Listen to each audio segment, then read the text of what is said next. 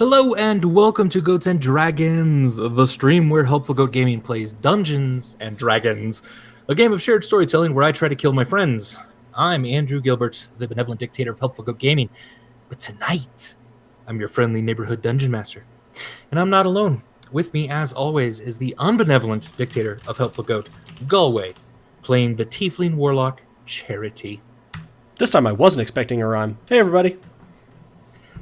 Adam, playing the Halfling Rogue, Barberscamp. Camp. Hello. Jowls. Like Nixon here, I guess.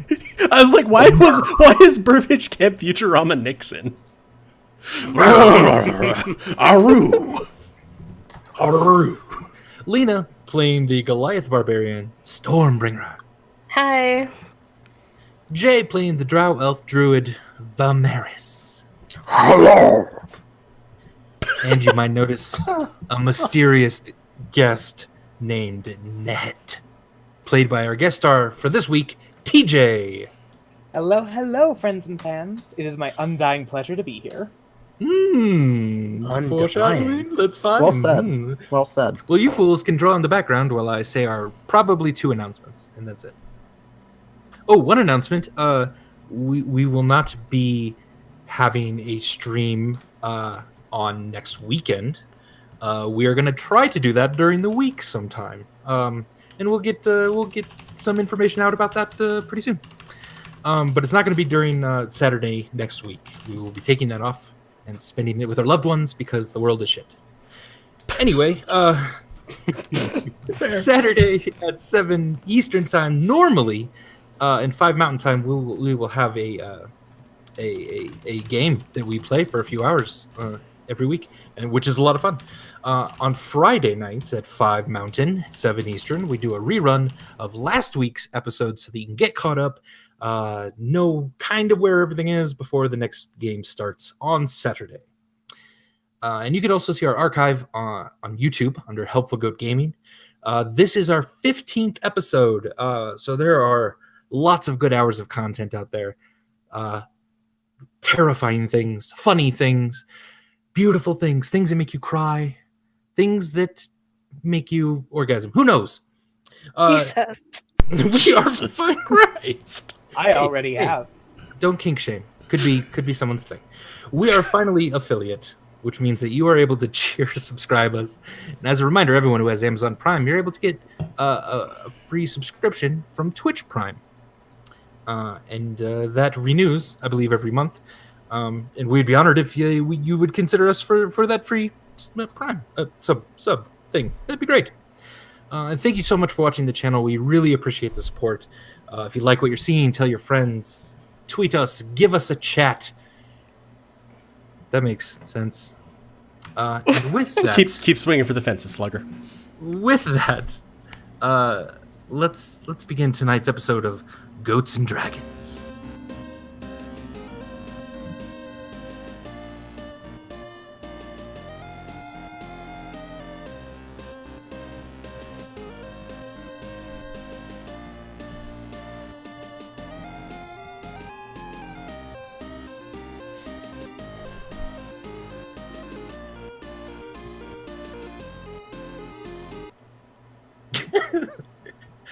Smooth transition.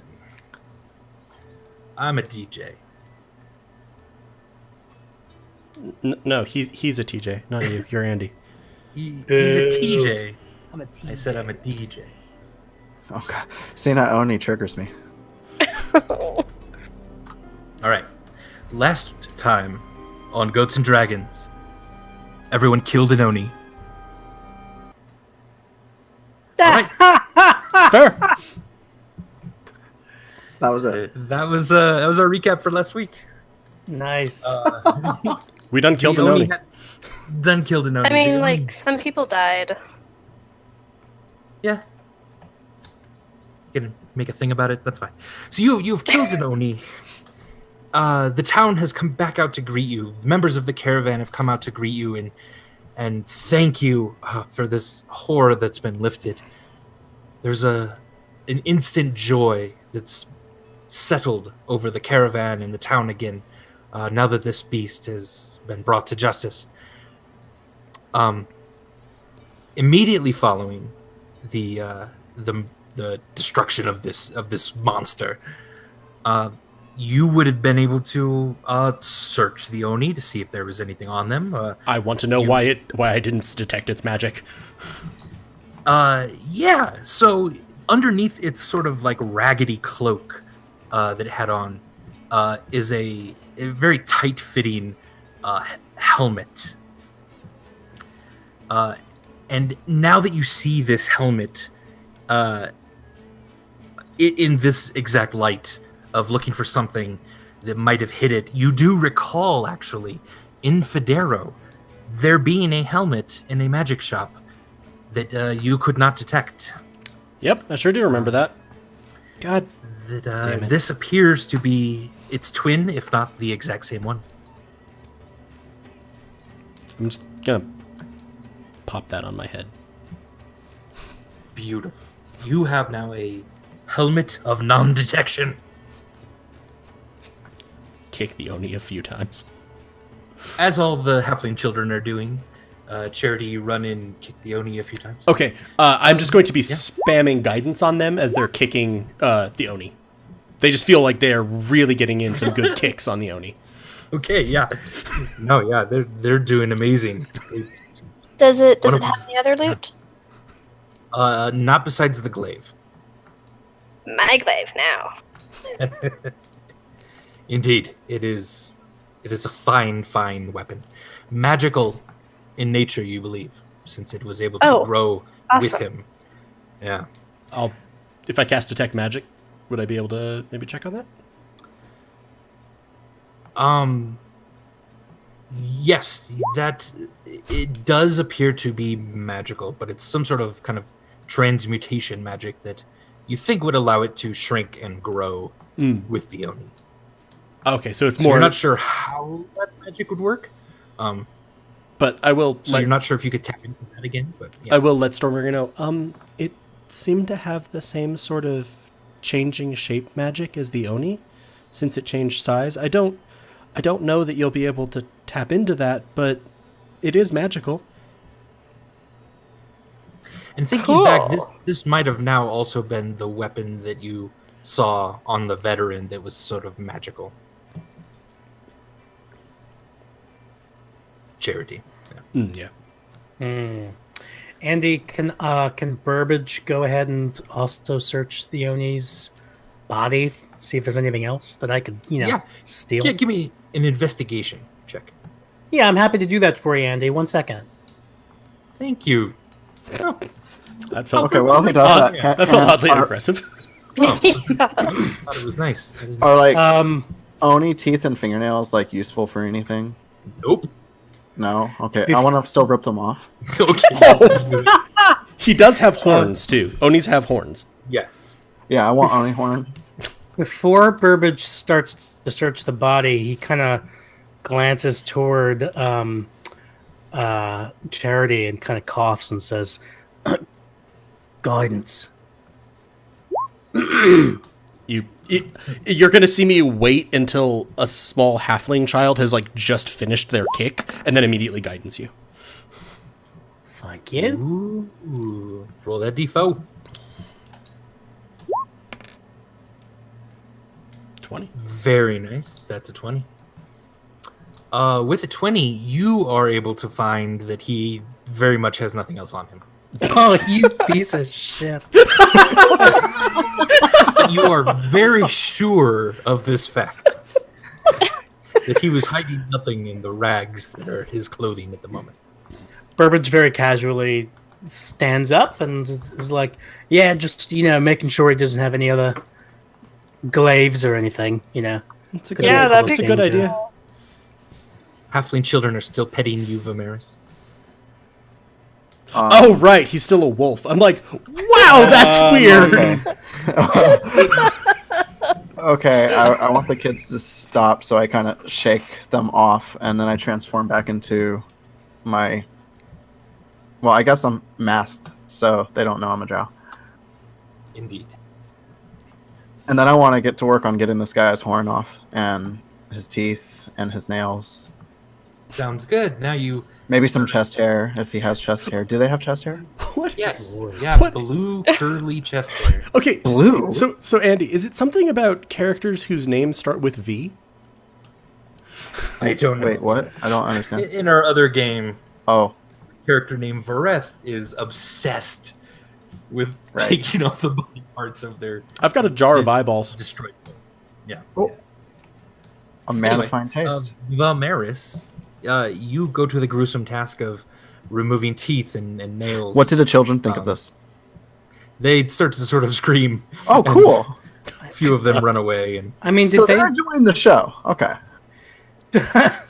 did they not react to him shapeshifting out of being a wolf? yeah, they gave a cheer when he did that, and then he immediately went right into removing teeth.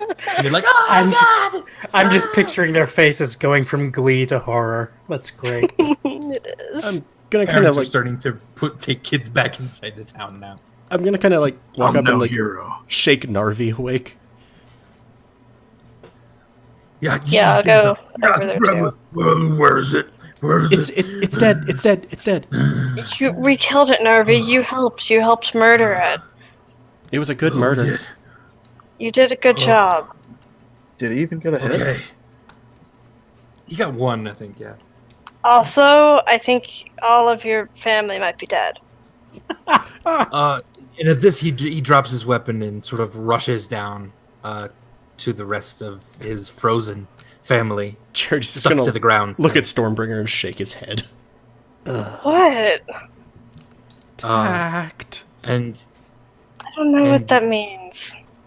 he lowers his head, and you almost see the beginnings of a tear form, and he shakes his head and nods briskly, and then slaps his chest a few times.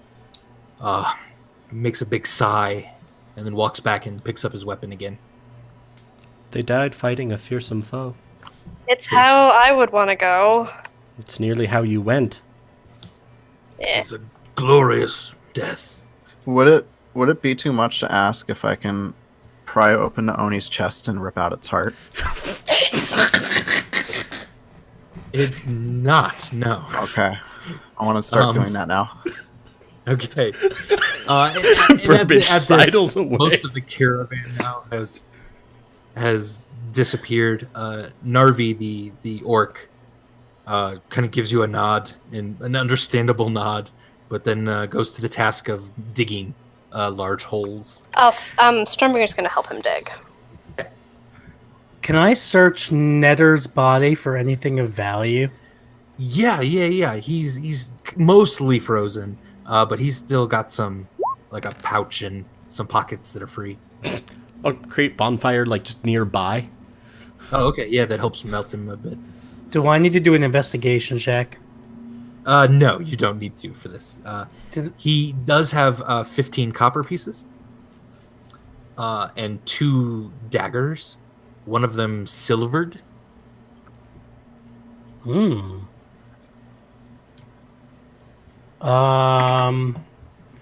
I will take those 15 copper pieces, and I'll take the silver dagger, I guess. Why not? Why not? Dead Indeed. people can't use it. No one can. So some time passes. Vamaris, you're able to get out of this Oni pretty much whatever you'd like. Jesus. Everything. No, just the stuff that might be worth something. Stormbringer, Narvi, and you don't say one word the entire time you're digging. It's a very solemn sort of affair, and you think there's even a bit of a ritual involved in how he's digging. So you try to match that, Cool. some of the rhythm, and yeah. At one point, Minia Red walks up to you, Burbage, and says, "Oh, hey, can I talk to you for a second?" Who the fuck is this? He is the It's the dude we almost cut the finger off of. Yeah, the surly dwarf's guard. The Oh, one we Oh. tortured. Oh, yeah. it wasn't really torture yet. We never actually got to torture No him. comment. Yeah. So he says to you, look, I mean, I'll expect a formal apology of some sort from you guys soon. Obviously, I'm not the Oni, as you can plainly see. But also, I kind of want to make sure that some of the things I said while you were questioning me don't get back to Bara specifically. 100 gold. Are you serious? Yeah. You're gonna. Oh God. 1 second. And he'll sort of retreat back to his cart.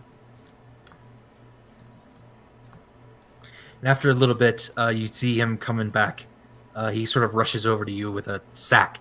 He says, "Look, I got 75. Come on, that's enough, right? 75 gold pieces." Oi, Bara! God, come on, what do you want? I have a really I already nice told you what sword. I want. I want 100 gold. Really nice sword, you say? Fuck, and he pulls out another bag of about 25 and hands you both and says, "Fuck, yeah, there's 100, all right? God damn it. Thank you very 100 gold. much. Just, you know what I'm saying? Just don't say anything to Bara, okay?" Yeah, All right. I won't. Best- You got my word, Okay, and I got okay. your gold. Best, Yeah. Thank you. Okay. best of luck in your endeavors. All right. Well, all right. Bye.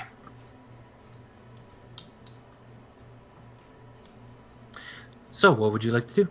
The hole is just about finished, and Narvi starts loading his kin into the hole, along with he'll try to drag the Oni, what's left of the Oni over there too.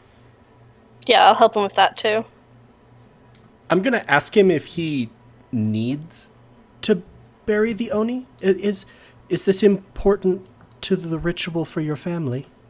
Yes, my family will continue to fight his soul in the afterlife, so that he never will rest.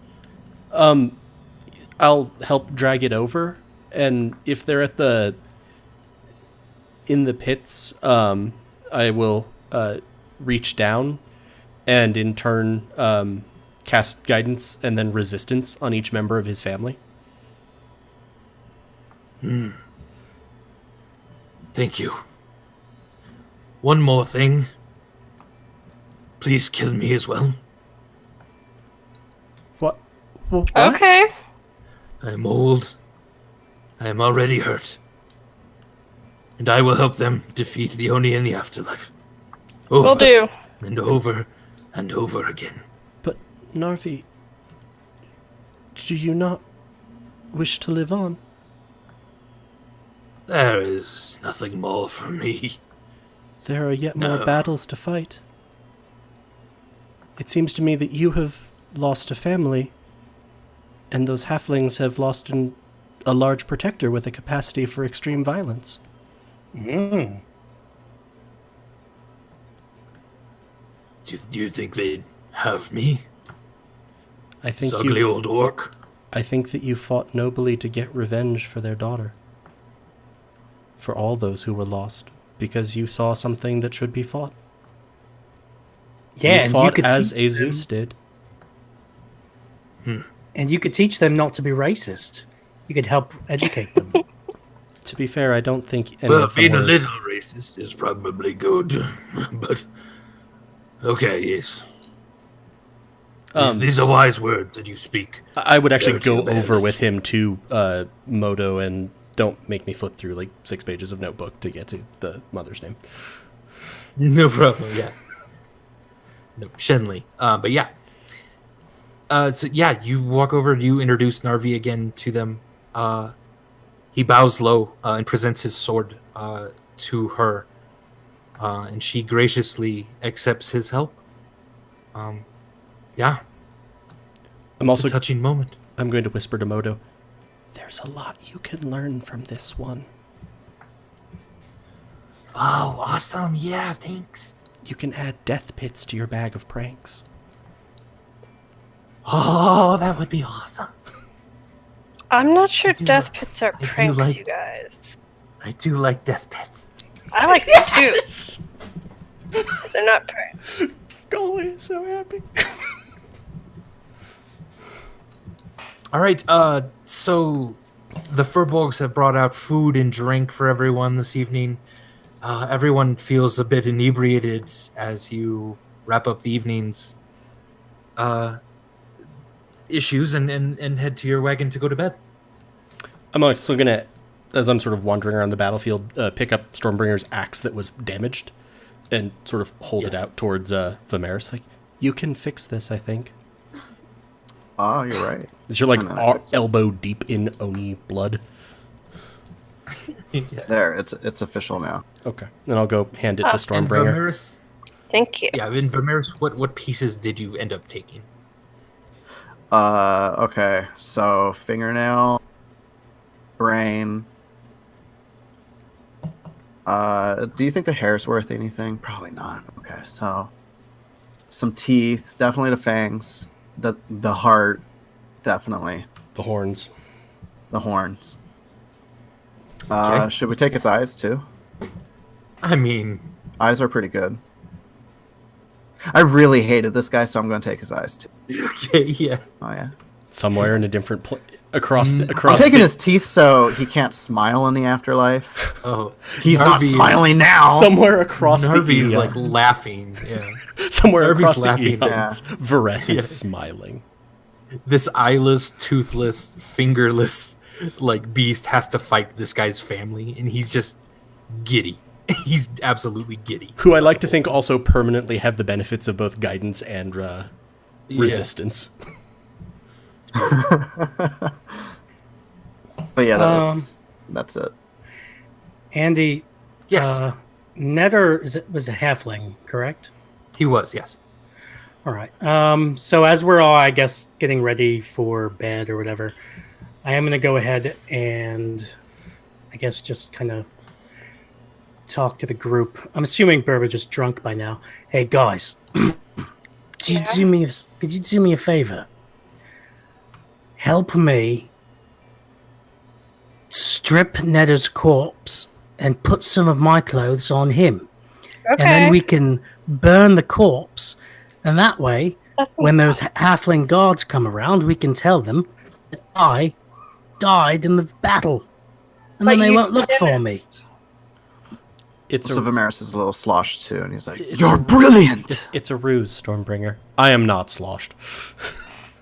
It's, Wait. All right. it's a ruse. He's lying. It's to get them to stop chasing him. Well, let's do it. Vamaris Charity, you take off the clothes I'm currently wearing, Yeah. while I take off. just take off your own clothes. No, I'm going to be taking off Netter's clothes. That makes no sense. So Vamaris has started to strip you. Yeah. What do you He's want me just to do? questioning Do you want me us. to He's light just going things on along. fire? No, This I can is the most handle the efficient fire. way. It's Alright, what so I do. I'm taking off Netter's clothes. What do know. I see, So Andy? Netter is covered in tattoos, very specifically meant to be hidden by normal clothes. Suspicious. Oh, what are these tattoos like? They are lizards, like little geckos and chameleons, and yeah, just like lizards wrapped entirely around his torso. Oh. It's actually quite. It's quite what? It's beautiful. The tattoo work. Can I make a check and see if I think they have like any significance? Sure. Yeah, I would ask others if that means anything to them. Yeah, give me a history check.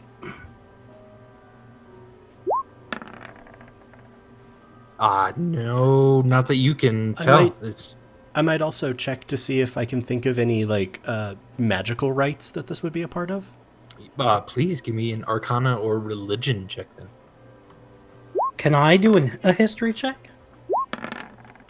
I fumbled. Well, Hmm, my bad. yeah. But that first one was a 20.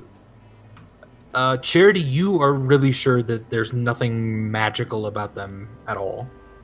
They're just tattoos. You've never seen them at all.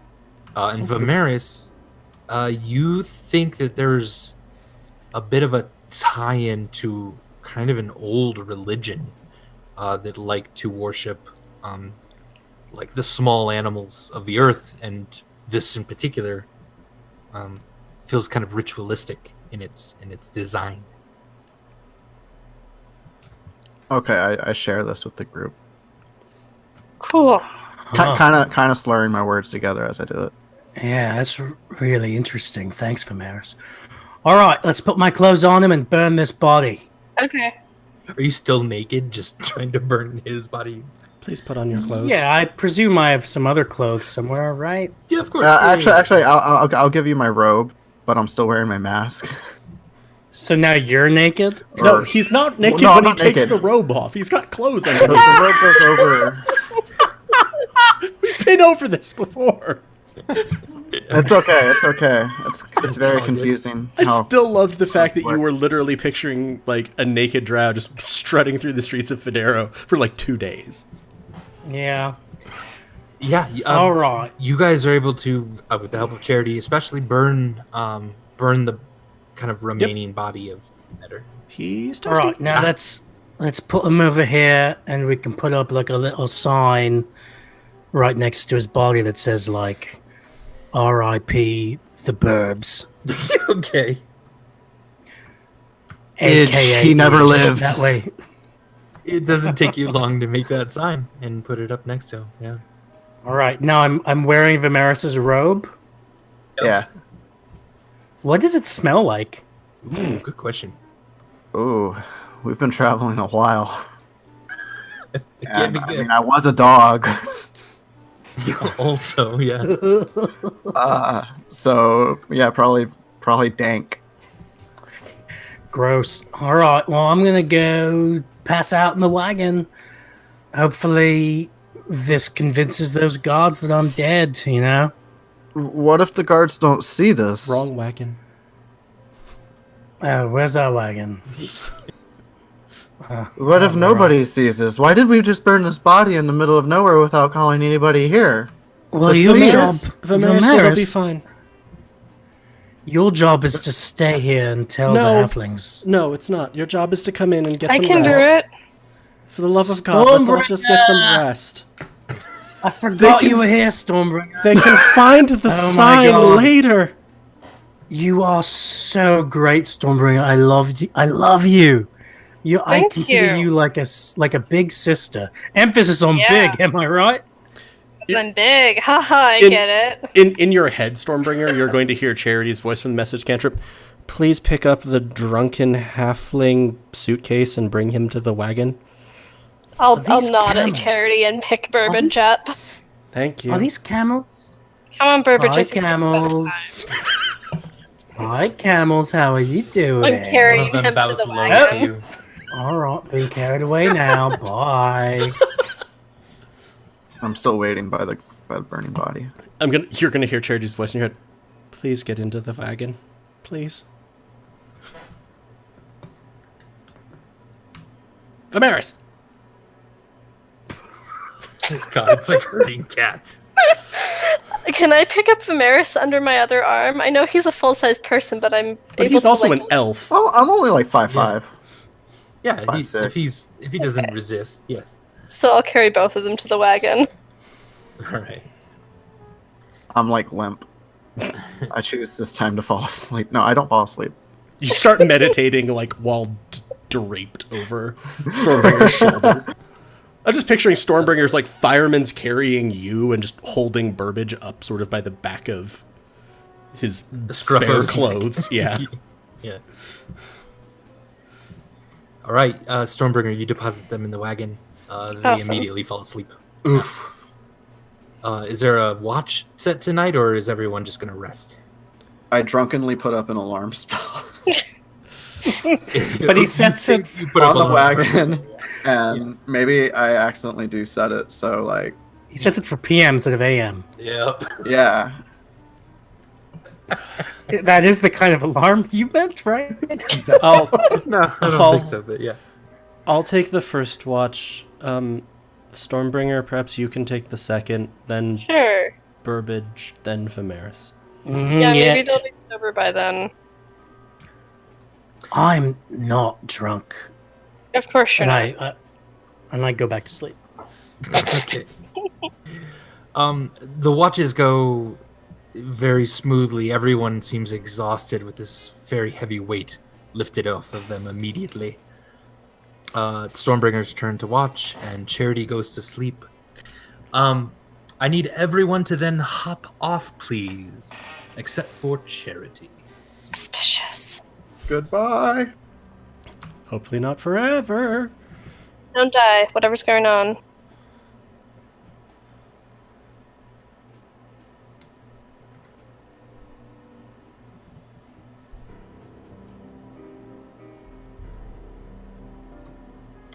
Charity, Yes. I think they're gone. You awake in a land of pure white again, though it is getting slightly easier each time you come here to sort of focus on the land around you. And something feels warmer than normal, even being here. There is a kind of a slight gust of wind now that you feel, even though you are still floating in this generally empty space. I will It is quite beautiful. kneel, as is my wont. As you kneel, a figure appears before you. This is the voice of Behelit that you have met before. He sort of pulls himself up to his great height and says to you, "A man who serves two kings does justice to neither. Behelit's Charity." I'm respectful, even reverent, but Charity's not crying as he has been almost every time before, and he seems much less overawed than often. Respectfully, I serve no king. As you serve as the voice of Our Lady, so I was told to serve as her charity. I was told to go into the world, to understand that there was light in every creature. I was to nurture and develop that light so that they were better off and that they might develop it in others. And for those beings, twisted evil entities that would glorify and enrich themselves, I offered the purity of the cleansing flame. That is what I served. That vision of beneficence, that purpose and sense of belonging. My family has purged an Oni from this world, one that snuffed out lives for fun, for greed, for pleasure. One that would have extinguished as much light as it could merely to say that it had. I could not have accomplished this alone, even with my lady's powers. But with my family, I was able to. In my family, I have found light that others ignored, light which can bring light to so many others.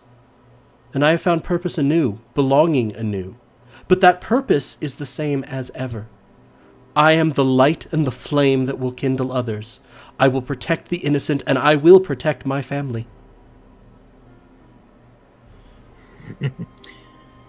It is admirable that you protect. But you protect those whom Behelit deems worthy. You burn those Behelit deems unworthy. You are a beacon to the world pointed in the direction Behelit alone desires. The light determines worth. The light that Behelit herself revealed to me. This revelation, this is why I cry every time I come to this place. And at that, you do see a couple of tears. I'm reminded of the beauty of seeing it in others, in myself, for the first time. Tell me, O voice of Our Lady, why do you serve as you do? What beauty motivates you? This vessel, like all my vessels, has no personal desires. He has no will besides my will. His voice is my voice for all intents and purposes. I expect you to one day see that mine is the only. Mine is the only. The only what, my lady? Everything. Protect those I put in front of you. Purify those I command. I worry that when the day comes and it is time for you to purify Mr. Kemp, I am not sure you will. And I must be certain. Charity has visibly stiffened at this and is almost rising out of his kneel position. There is light in Burbage, my lady. He has demonstrated that many times. Indeed, it is perhaps Burbage more than any other that has brought me to understand what you first taught me. I have worked with the beaten, the powerless. I have seen the indifferent mighty, those that repress and demean. But never had I seen one who, while so self-interested and, distasteful, was also so capable of light, caring, goodness. You think it not a ruse? Interesting. The Oni would have learned from Mr. Kemp's lies, his deceptions. Ask him about his boyhood love. A ruse only to get closer to the assassination of a ruler.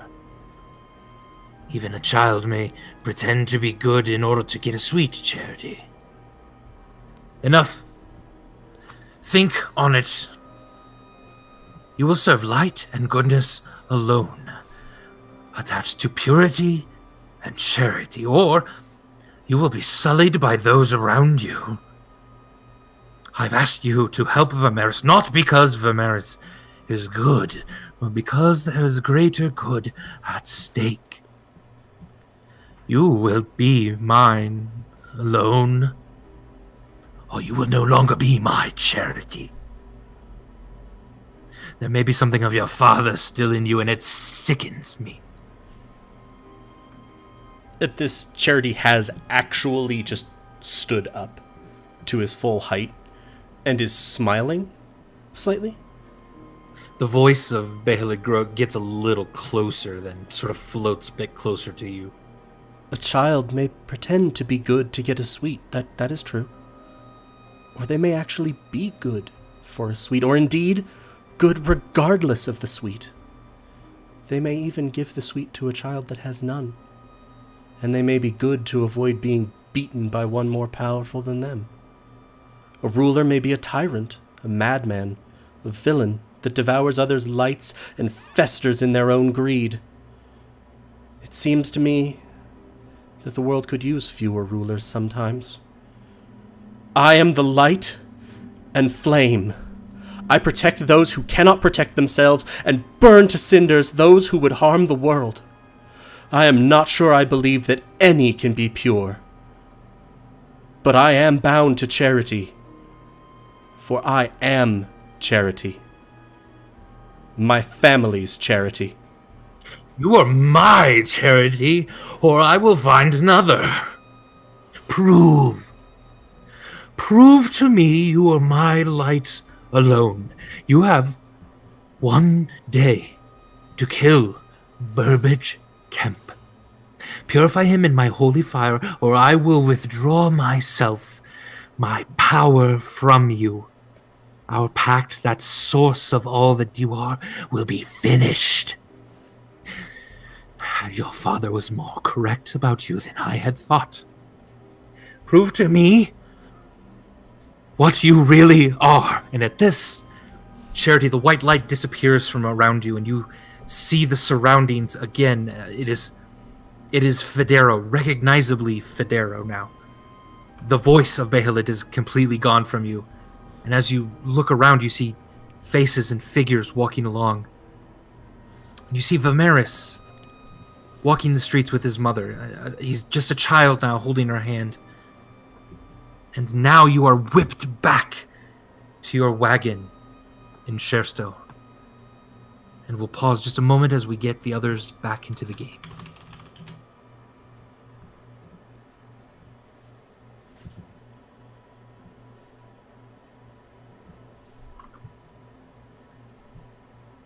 Hello, others. Hello. Hi. Hola. Everybody back on? Yep. Yes. Adam.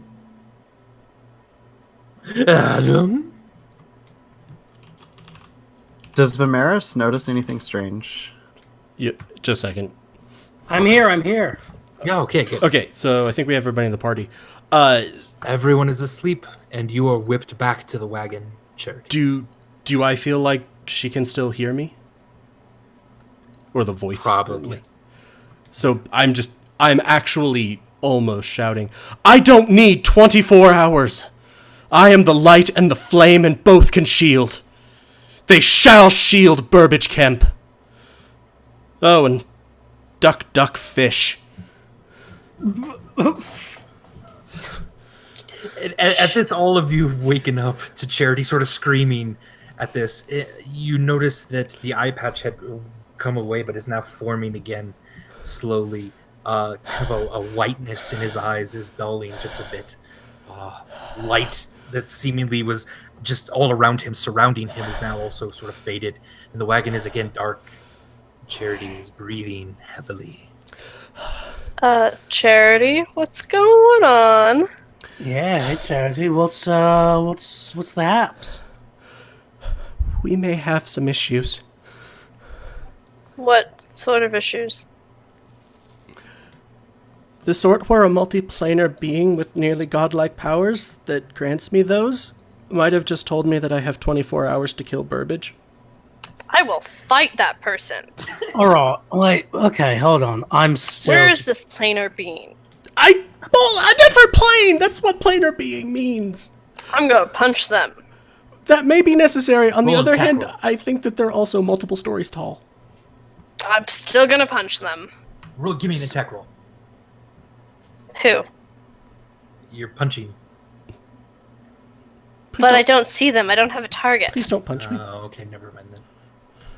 Alright, am I still sleeping? A bit inebriated, but awake. No, that was Burbage saying that. Oh. I Adam was wish asking me. I wish you were, Burbage. So, you all know that I serve an entity known as Behelit. Yeah. Vamaris, you know that I was bidden to have you see through your purpose, to help you in any way that I could. Mm-hmm.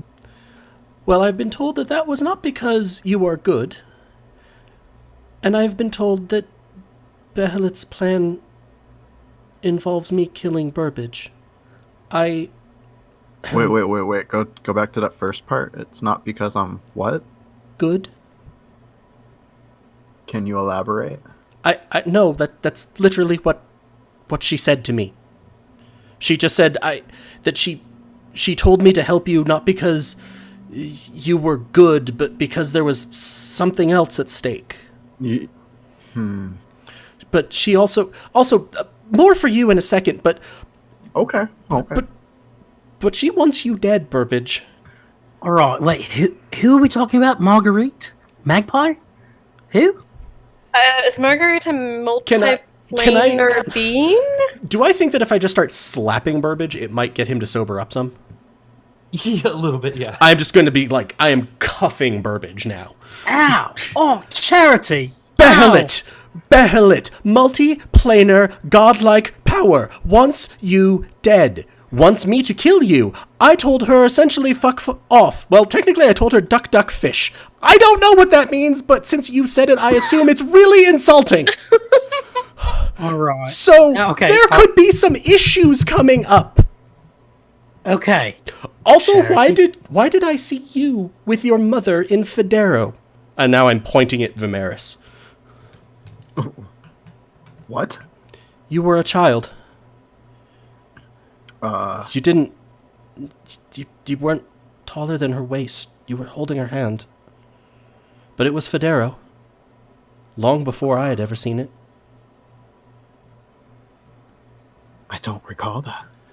Wow, sounds like there's some really fascinating, maybe some backstory to Vamaris that we can explore after we deal with this weirdness about you trying to kill me. I'm not trying to kill you!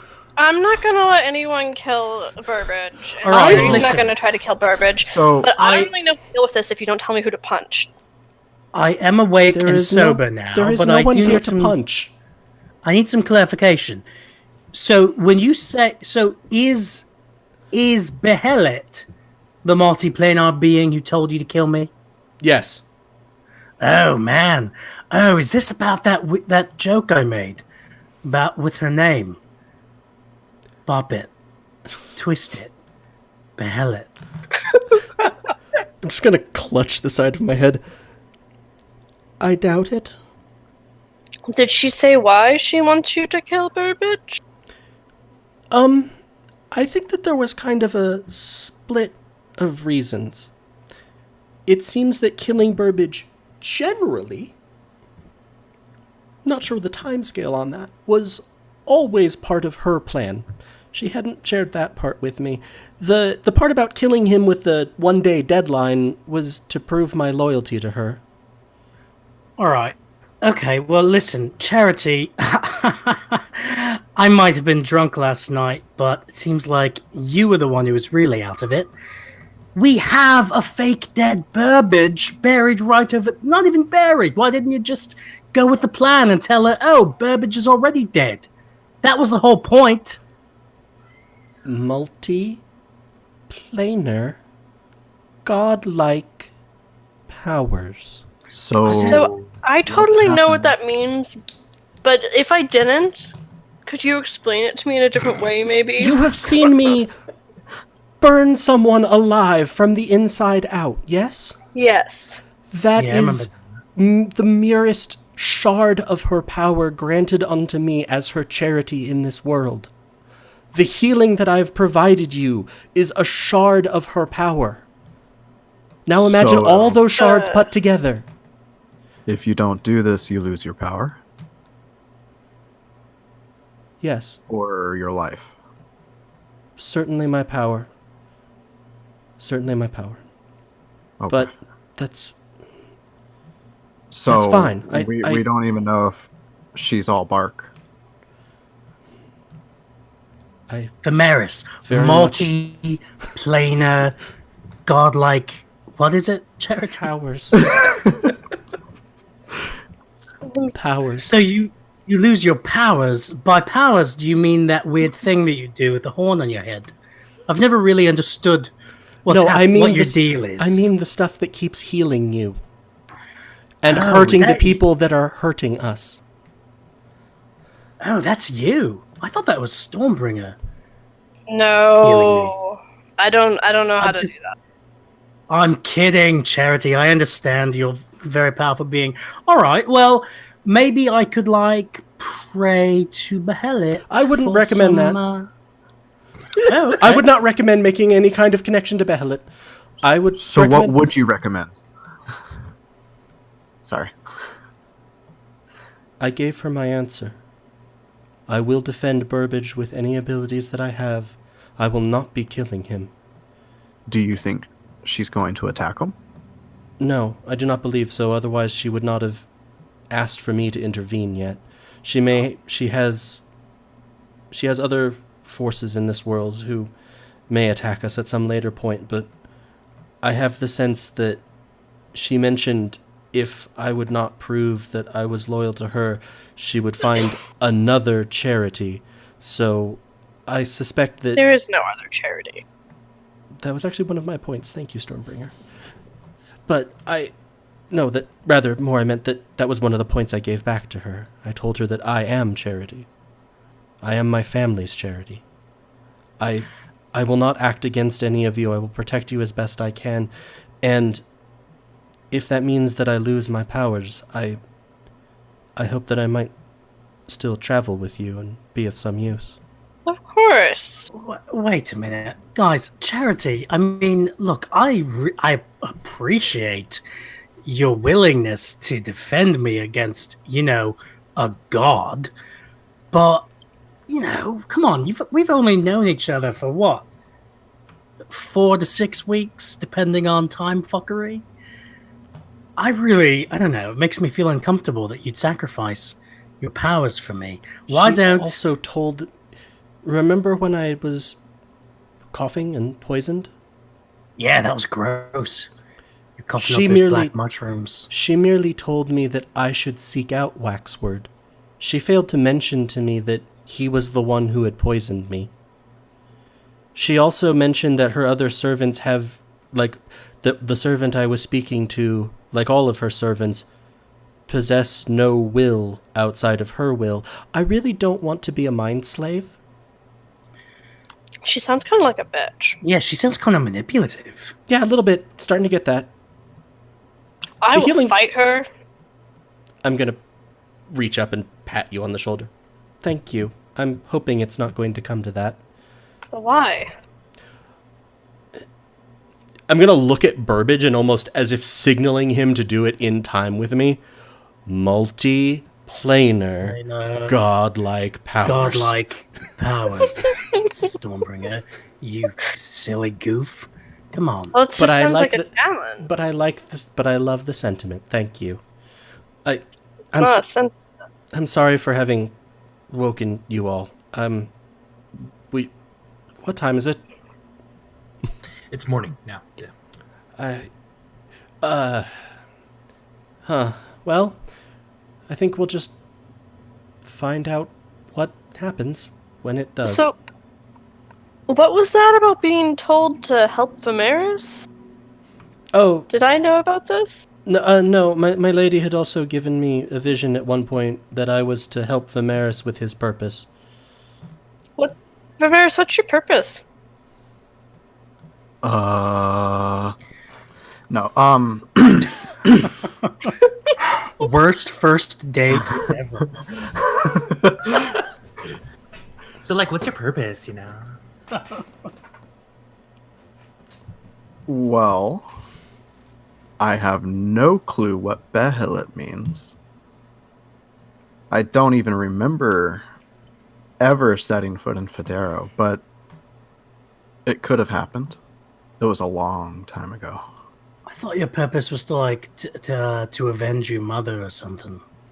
Or Something maybe like to that. kill your mother. I think there was also something about saving Federo in there.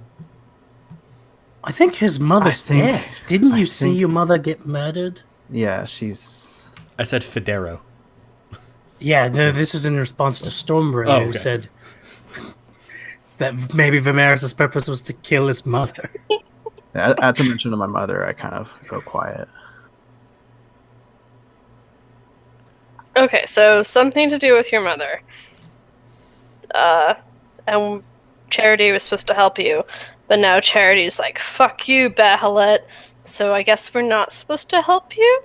I don't think we need to go that far. Okay. Guys, all right. Is there a way to make the Oni shapeshift into me again? It's dead. And gutted. Yeah, but like sometimes dead animals will still like twitch a bit, you know? I think there's a difference between twitching and casting an incredibly high-level magical effect. Vamaris, did you take the Oni's brain? Yeah, you did say you did, yeah. This is going to dark places. We could poke the brain in the part of the brain that controls shapeshifting until the Oni turns back into me, and then we could kind of like prop it up and stage a scene for Behelit. Burbage. Yeah. What part of the brain controls shapeshifting? Oh, probably like the middle part. I mean, we can just The keep middle going. part. You mean this area right here? And I pull out the big brain, and I'm like, it's huge, right? How big is this brain?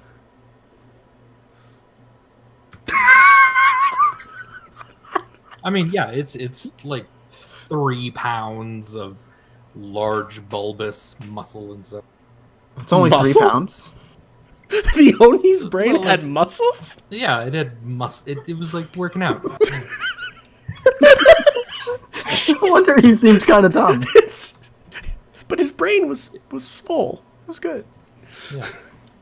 The Oni is still just lying out there, right? No, it's in a No, you pit! buried No, him, yeah. yeah, they buried it. Oh yeah, I forgot about that. All right, guys. That plan might not work. Why? I didn't think it would. It seemed like a good plan. I'm gonna look at There's a Vamaris. knock. Thank you. There's a knock on the outside of the wagon. Ah! How can I help you? Oh, hey, it's just letting you know that today's the day. If you could be at the docks at like 9, we can load up our ship. 9 in the morning. Who is this? Go on our way. This is Tellywood. Good. Yes, thank you. Of course I Right, would. so that's in about an hour and a half or so. So just, I know you had a late night. I just wanted to Yep. let you know. Murdering an Oni. Yeah, we'll be there. Hey, Tallywood. Yes, Mr. Kemp. I couldn't help but notice that you weren't helping us kill the Oni last night, despite the fact that it killed, presumably, your lover, the Akakra.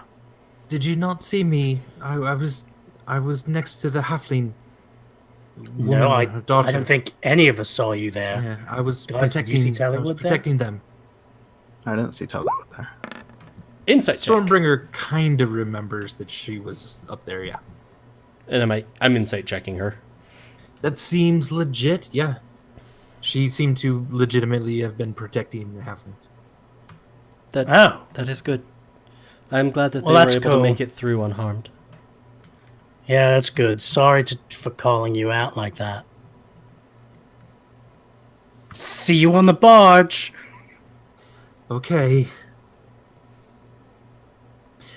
What would you like to do? I would like to finally share my vision with the rest of the party. I'm also just before as he's doing that / before he does it, I'm gonna cast remove curse on my fingers. Oh, lovely. Okay. I'm afraid they don't quite go back to All curses non-wood. affecting. Yeah, It's not a curse. that sucks. Okay.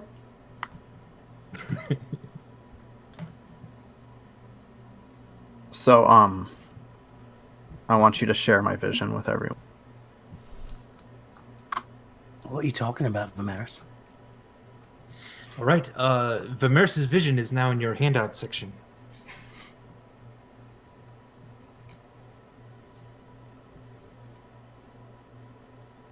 You could read it out loud if we wanted to make this for stream. Okay. It's whatever you like. I don't really want in there. I can read it. It's also up on my screen. So, stretching across a flattened wasteland, a single spire stretches above a pure white sand landscape. The spire has no door and only one window high up, facing the south. Looking now in all directions, you see no structure, no river, no sea. A lone flag flies at the crest of the crumbling tower, a spider with protruding mandibles, green and pale. In the flitting wind, the spider's face becomes that of a woman. She makes eye contact with you and speaks in whispers. Look at what has been wrought. Waste and death. Your name must be written in the history of Federo. Now look down. Below the white sands, deep down beneath the desolate surface, you see the bodies of thousands lying still, their horrific final expressions somehow preserved exceptionally well. Your eyes linger over a few bodies specifically: a tiefling, a halfling, and a Goliath. And I also explain how I still have this vision almost every night. And recently it's gotten stronger. The faces on the bodies have become quite clear. And they are yours. Hooray! Well, that sounds like a good reason to never go back to Federa, right? So good news is, Charity doesn't kill Burbage. Yeah! I wasn't gonna kill Burbage. Let's go somewhere nice and cold. I don't like the desert anyways. I think this is bigger than Federo. Well, it was a desert, though.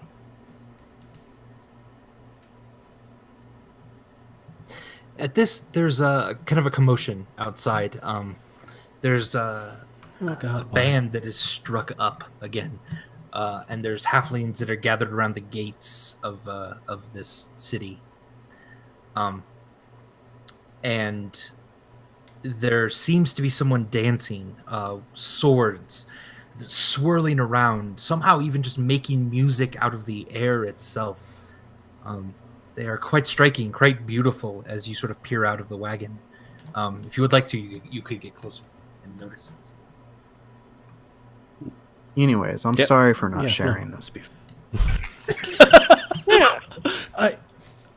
I understand we all have our own purposes and our own missions, but I do not know. Andy, is he in the description of the vision? Is there any description sort of the face, the woman's face, that the spider becomes, or can Vamaris provide more? It's sort of just it would have like long hair, but that's about it. And it doesn't kind of strike me realistic as looking. particularly looking like Behelit did when I saw her. No, not necessarily. No. Okay. Vamaris, when did you start having this vision?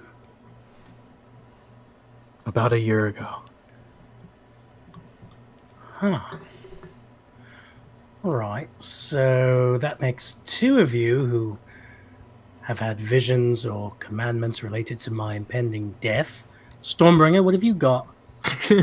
I got nothing except a desire to not go back to Federo.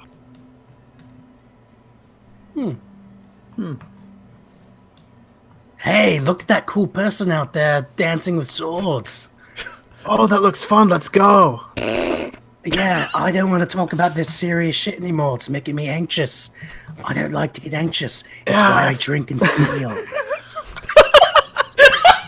Well, at I least got he's deep. woke. Yeah. Holy shit. I'm going to make my way over to that, because I don't like thinking about my death. Enjoyable. At this point, TJ, if you are there, I am. would and again, everyone, TJ is our guest player for a couple weeks here, playing Hello, a character that I would like you Hi, to describe. TJ. I would like you to describe now to the group.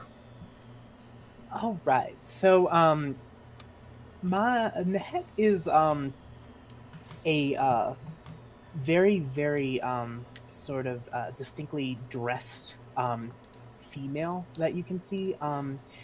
Middling height, darker skin tone, probably closer to Middle Eastern skin tone than anything else. She is wearing very striking armor. It looks like it's a very highly stylized half plate, but it crosses the line almost between armament and ornament, and it is also rather revealing. It also should be noted that Nehet, the way Nehet walks is particularly, how shall we say, it is meant to arouse interest. She is carrying, she is armed with a scimitar that you can see, and she also has on a light cloak that's dark red. Other than that, I should say that she's got very, very striking features, high angular cheekbones, a very uniquely attractive person. How's she built? Is she built like a normal human? She actually she's got quite prominent hips and a somewhat narrower chest, and the way her armor is crafted, it looks like it's very much meant to show off her hips, and also the way she walks. It almost seems like it's a choreographed walk. Does she like look tough, like strong, or like weak, or like average? Well, let me put it this way. It would be difficult on first meeting her to imagine her in a full-on tavern brawl, but she looks like she can take care of herself, particularly because she is carrying weapons, so one would assume that she knows how to use them on some level. Also, she does not look frightened or nervous in the slightest. I just want to know if she looks strong. She's more petite than anything else. Okay. She's not going to, she wouldn't be the first person you'd imagine in a tavern brawl. And Okay. what's she doing right now? I don't know, Andy. What am I doing right now? You're doing a dance. Ah, yes. A beautiful, seductive dance. So, right now... Burbage, you see Meepus not too far away, just enthralled with Nehet. Ugh. I'm gonna see Meepus just like. Why How's does his he face look? never learn? So as she's sort of doing her dance, you probably notice one or two things. One, it's pretty obvious she's using some sort of magical sound augmentation, probably minor illusion, to sort of enhance this particular performance. She also reveals that she's not only carrying a scimitar, but a rather unique looking whip, which she sort of cracks in rhythmic fashion. The dance she's doing is somewhere between actual sort of martial art and highly stylized choreographed dance moves. She is also quite good, it would seem. I can give you a performance roll, Andy, if you'd like. I would love it. Is there already like a crowd gathered? Like, Yes. halflings? Mostly halflings, but several people from the caravan. Then, oh god damn it! Yeah, I'm liking this start. Ned crit on the performance. You all are just enthralled with this. You've never quite seen anything quite like it. She's throwing her scimitars in the air, catching them behind her back, all being extremely deadly and extremely seductive at the same time. I'm going to lean Meepus into Meepus is- and be like, you might want to make sure that she's not a dryad first. That That's didn't Burbage. go great. Burbage, I was trying to give him actual, advice. You guys need to shut up. I'm watching. Hey. Yeah, I met him. I met him yesterday. They're just beautiful, and they're very, very nice, and they're kind, and they don't throw people in the sea. I mean, I bet that for some people who deserve it in the sea. Like, yes. Technically, we didn't throw you. Also true. He just kind of scoots away from me.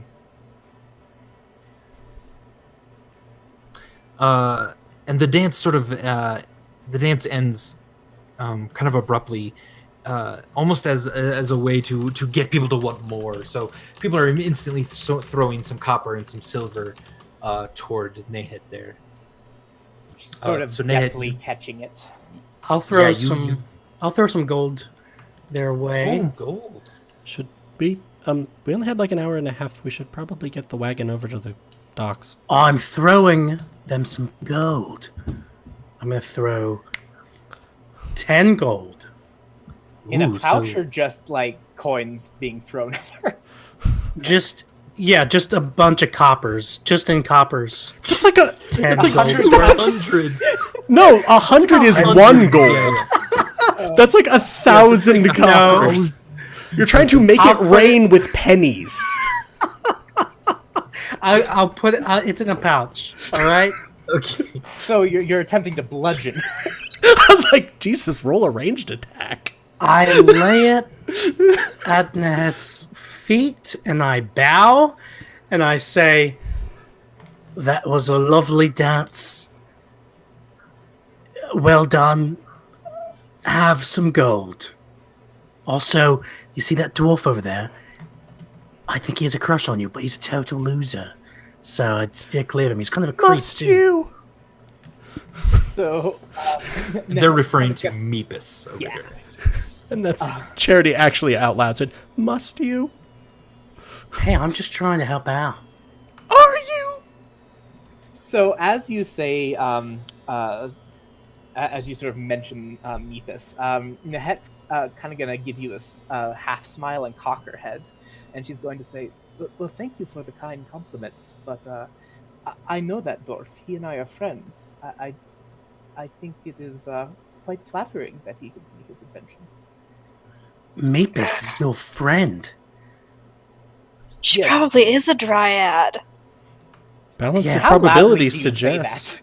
I normal volume. Stormbringer doesn't really. Stormbringer doesn't do subtle. Yeah. Nehet will sort of laugh and say, no, I'm not a dryad. I am nowhere near as charming. I mean, I feel like that's what a dryad would say. Isn't that what the And dryad then on it the would ship get said? Burbage naked. I haven't tried to seduce anyone yet. I feel like that's what a dryad would say. This is all sounding eerily similar to conversations that we may have had. Burbage, you can't get a good read on this person.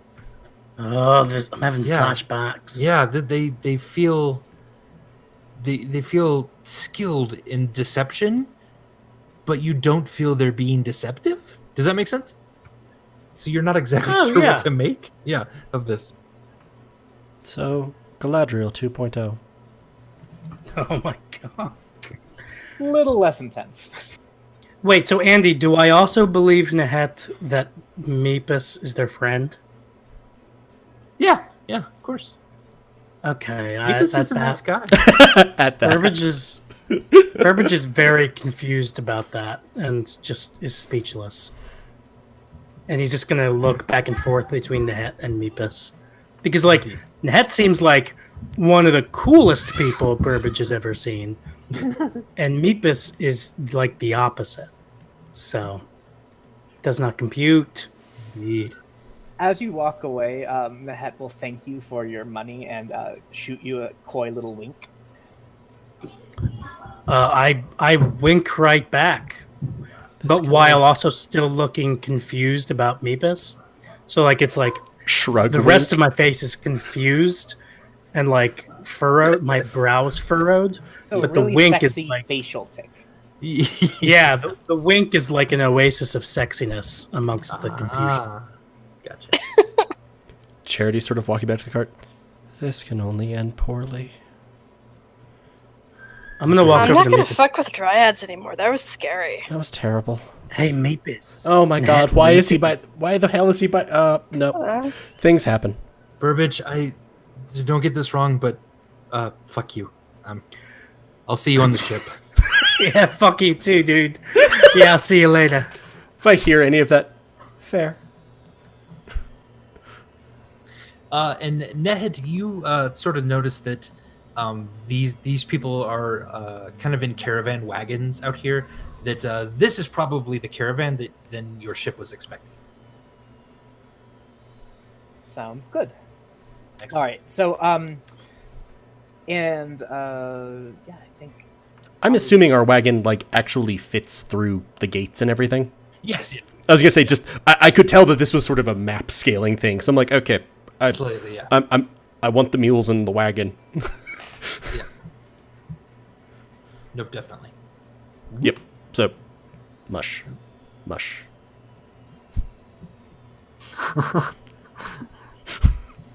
That's so graceful. So you make your way into town again and go through sort of the main square, and then We went down through to the people. down through the docks. I am gonna No, stop in homes. at the market for just a second, and purchase. And Nehet, you probably followed since this is a group Yeah, that yeah, was going to go to I your ship did. anyway. I wasn't sure if my cart was there. Purchasing some sort of like religious, sort of devotional pieces. Sure. Are you trying to find a new god, Charity? Because Bahamut's mean? I do not require a new god. However, there may be aspects of spells or other things which could still be of some use to the family. The Goliath gods are pretty cool, I guess. We do, like, storm magic. Like me. That's You guess. you do have fun storm powers that Do are you not wanna just. worship a Goliath god like me? I mean, worship me. I have no desire to worship any god. Oh. Charity, Oh, she sounded so sad. quick But question. I will work in the service of our family, of which you're a part. So, Okay, overlap. that sounds good too. So yeah, Andy, just as a note, Yep. I bought incense and some other sort of just religious devotional supplies. Excellent. Yeah, the gnome that sold it to you is like, oh, thanks, come again. Yeah. Do you mean the halfling? That was a gnome. Yeah. Weird. But you start loading. Everything is being loaded on a giant ship. One of the larger ships that you've kind of ever seen in your life. It's huge. Let me get it and paste it here. Is Tellywood here? Yes, Tellywood is certainly, on the ship. I'm probably gonna go Trying to to her get everyone. and say, given the fact that the ASMR were creepy just to any rational observer, and that their guard ended up being an Oni, might it be wise to search their persons and cart? I think it'd be easier if they just don't come down. Good with that too. I could tie them up and talk to them. Whoa, that's a big boat. Vamaris is finally paying attention. Whoa, big boat. Whoa, where did that come from? The sea. Oh. So everyone's loading it. You don't see the Azamar actually come down from their kind of hotel room yet. Outside, there's still their cart that is sitting there waiting for them, but no one has seen them come down yet. Is their cart forfeit if they don't show up in time for the boat? It's stealing. No, just forfeit. I don't know. I mean, however you justify it, yes, of course. Awesome. The law is just semantics anyway.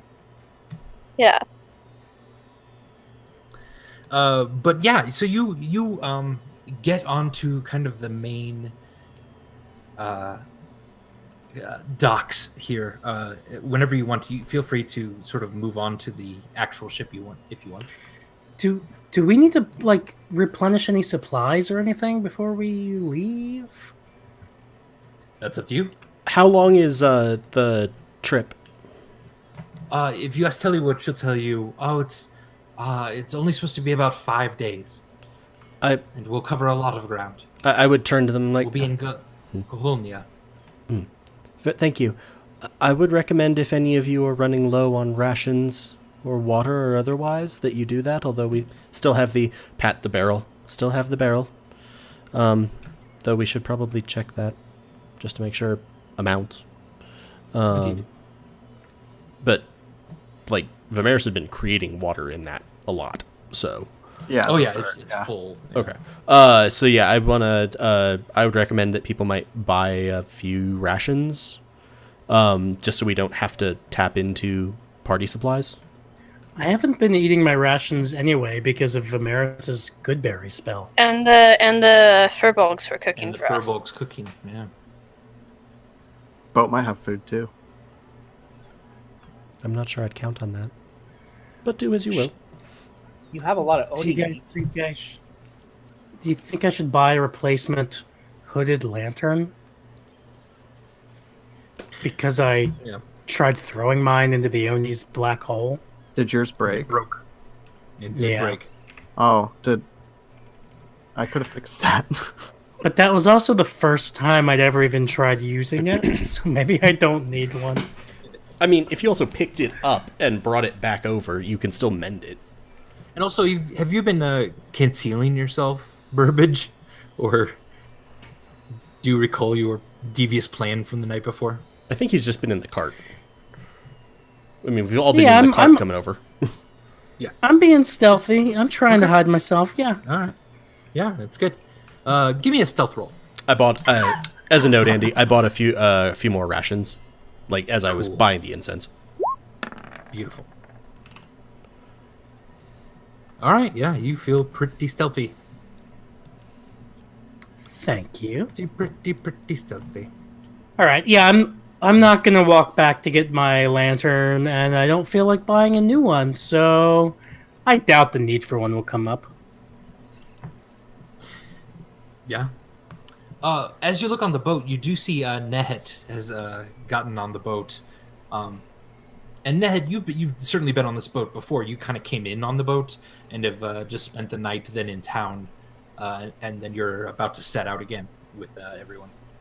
Yeah, it definitely. It looks like she's pretty at ease. She's sitting against the mast, so. Beautiful. You So, guys, dryads love their boats. I'm not sure we should get on with her. That is concerning. That was not a good. I mean, the boat got really mad at us. Yeah. Got really mad at Meepus, too. Really mad at Meepus. I mean, Meepus will be with us, right? So maybe she'll just get mad at Meepus. It's not us, it's Meepus. Yeah. I want that T-shirt too. It's not you, it's me. All right, so you load onto the dock. Strong, sturdy halfling hands help you carry everything on and get the mules down below. Everyone's caravan basically fits in the hull of this ship, and you are sort of free to walk about. You haven't seen the captain yet, but there's certainly humans and elves mostly working on the ship as deckhands and the like. Have the ASMR shown up? Not. How much time is there until we're supposed to set sail? It like 10 minutes. Okay, we're not checking that. Also, Burbage is probably on the ship. I don't think Burbage like hopped out of the cart as we were loading it. That's fine. Yeah.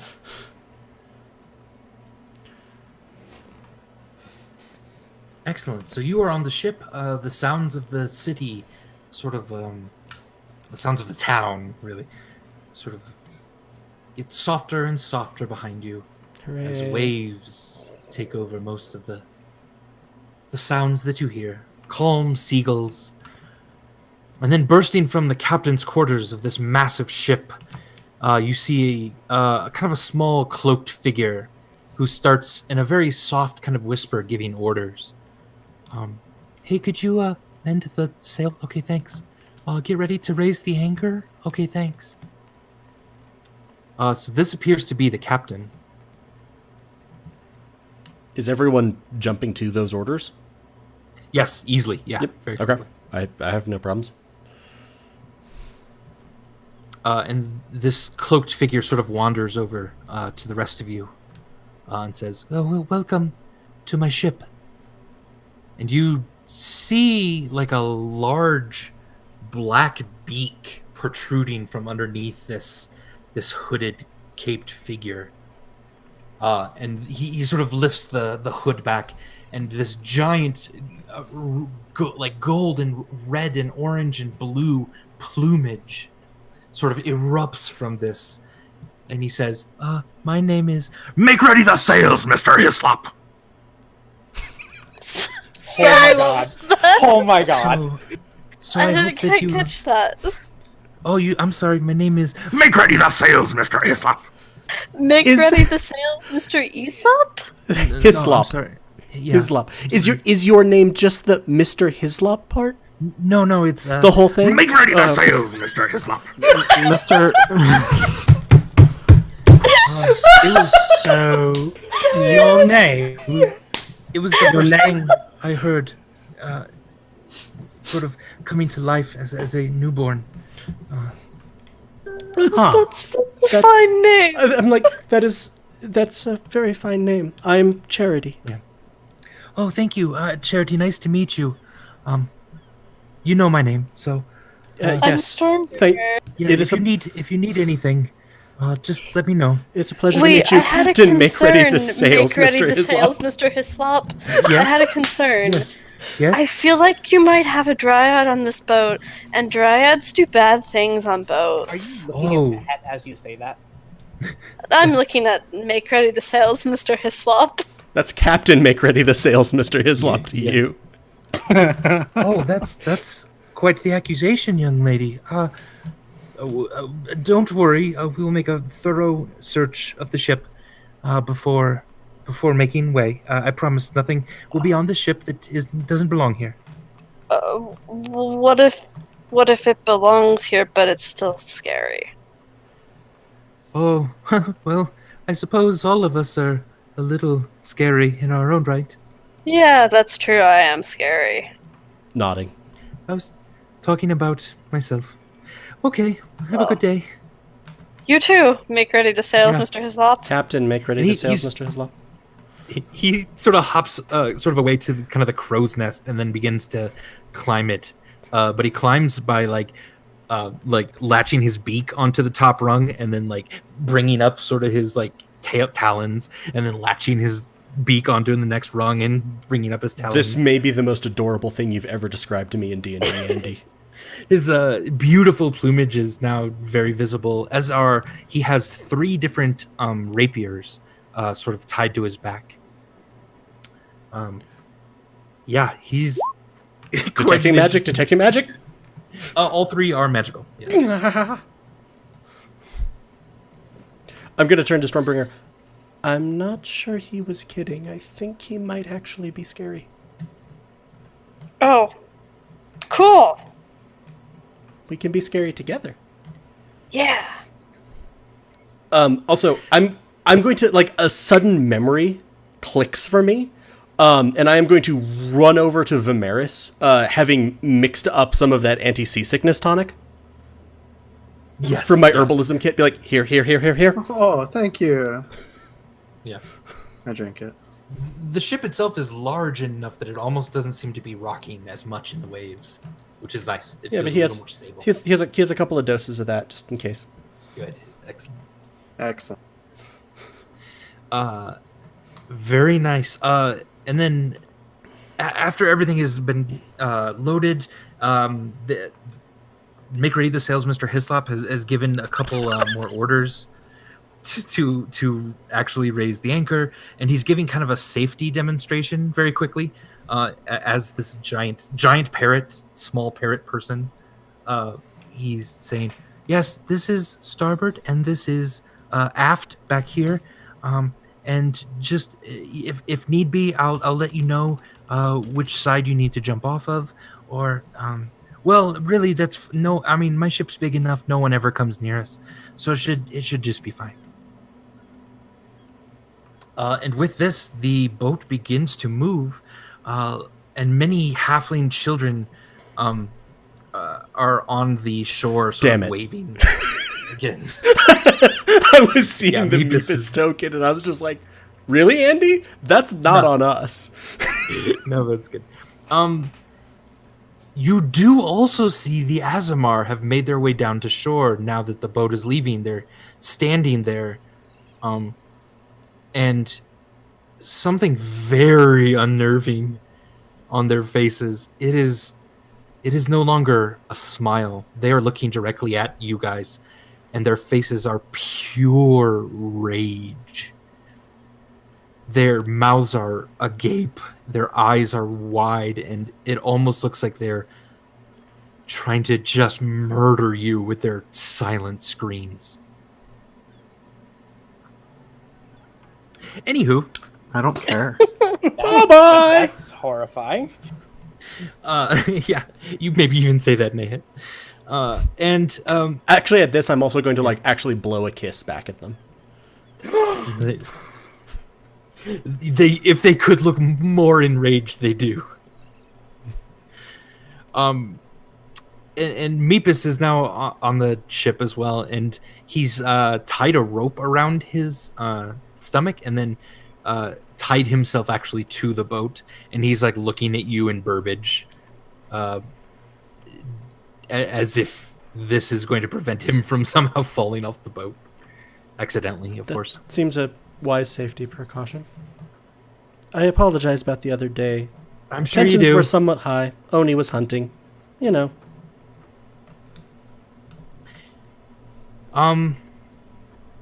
As you're pulling out of the docks, Meepus sort of runs to the other end of the ship and is looking out over the ocean. And if you sort of match his gaze, you do see another ship much further out. And he sort of said, do you have a spyglass on you, any of you? No. Do I look like I'm made of money? Well, do you have better eyesight than I do? Possibly. Maybe. That ship out there, you don't see any leaves on it, do you? I'm going to cast guidance on myself and then perception check, I assume? Please, yeah, whoever would like to look, give me a perception check.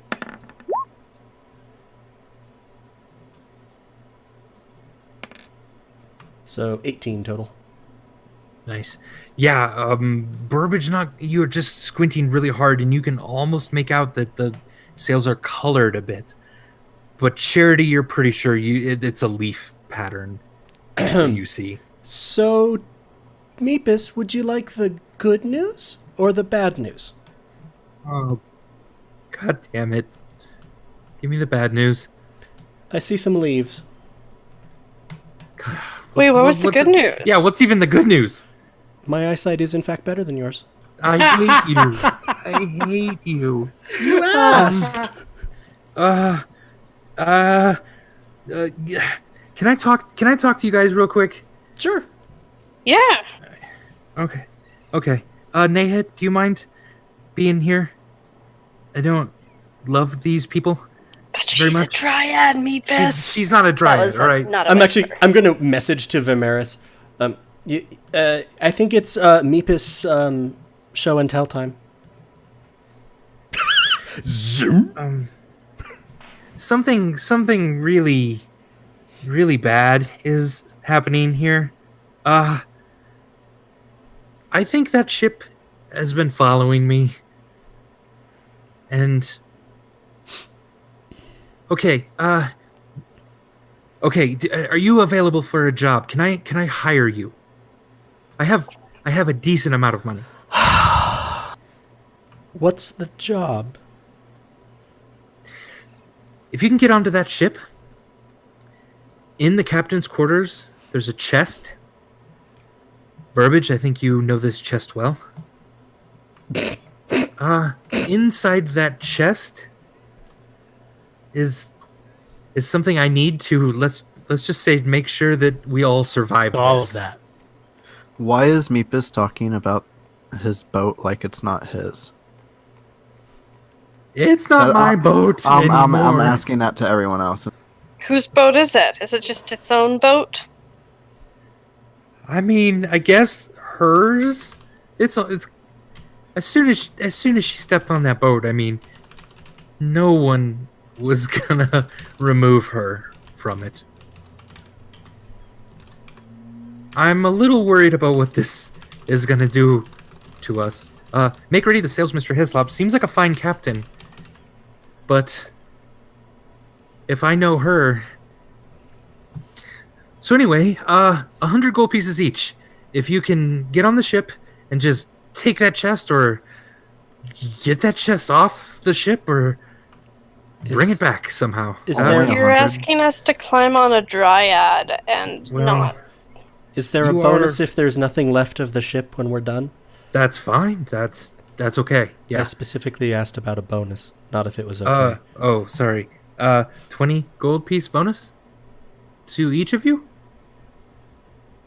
including you, Nehet. Vamaris is Oh walking no, away. I was about to say I am doing this for you, dear Meepus. You I all mean, can we- have my share if we get this job done. Cool. Appreciate You're a nice dryad. the, I mean, we appreciate the- talked a little about charity. this the other night. So what do you think? Is this? I'm tired and I don't want to deal with your sex boat problems. So, Vamaris, real quick, how much of your face does your mask cover? All of it. Okay. I was going to say it. The You face cannot- parts.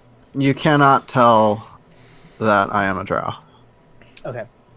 It might be best if we were done with it pursuing us once and for all. That's very, very true. That would be very good for all of us. Look, I know we don't have the best track record. I know that you guys have bullied me relentlessly. I'm gonna look for at no reason. I'm gonna look at Burbage. And I'm sorry about Really? You can't think of any reason? nope, there is no reason. So I'm perhaps wondering if this is your chance to make up for some of these times. Mavis, first of all, we haven't bullied you. We've poked fun at you. We've teased you. I almost drowned yesterday. I hit my head don't on know the about dock. that. If it weren't for Nehet here, If you hadn't have hit your head, you would have been fine. I mean that's sort of true. But That's your fault. Fall better. look, I don't want to get into who almost killed who. Meet this. Your hair got wet. You It were did fine. get wet, yeah. You were fine. Well, okay. No dwarves I'm float. gonna sort of whisper towards Nehet. He tends to exaggerate a bit. We don't famously float, no. It's not really Do you a stereotype we're sing? known for. Are you We tend sure to we sink, could yes. put you in the water and check? God, why do you think I've Nobody tied myself to this throwing boat? Anybody in the water? Look, if you think a rope can stop me, you don't know me very well. That's true, I guess.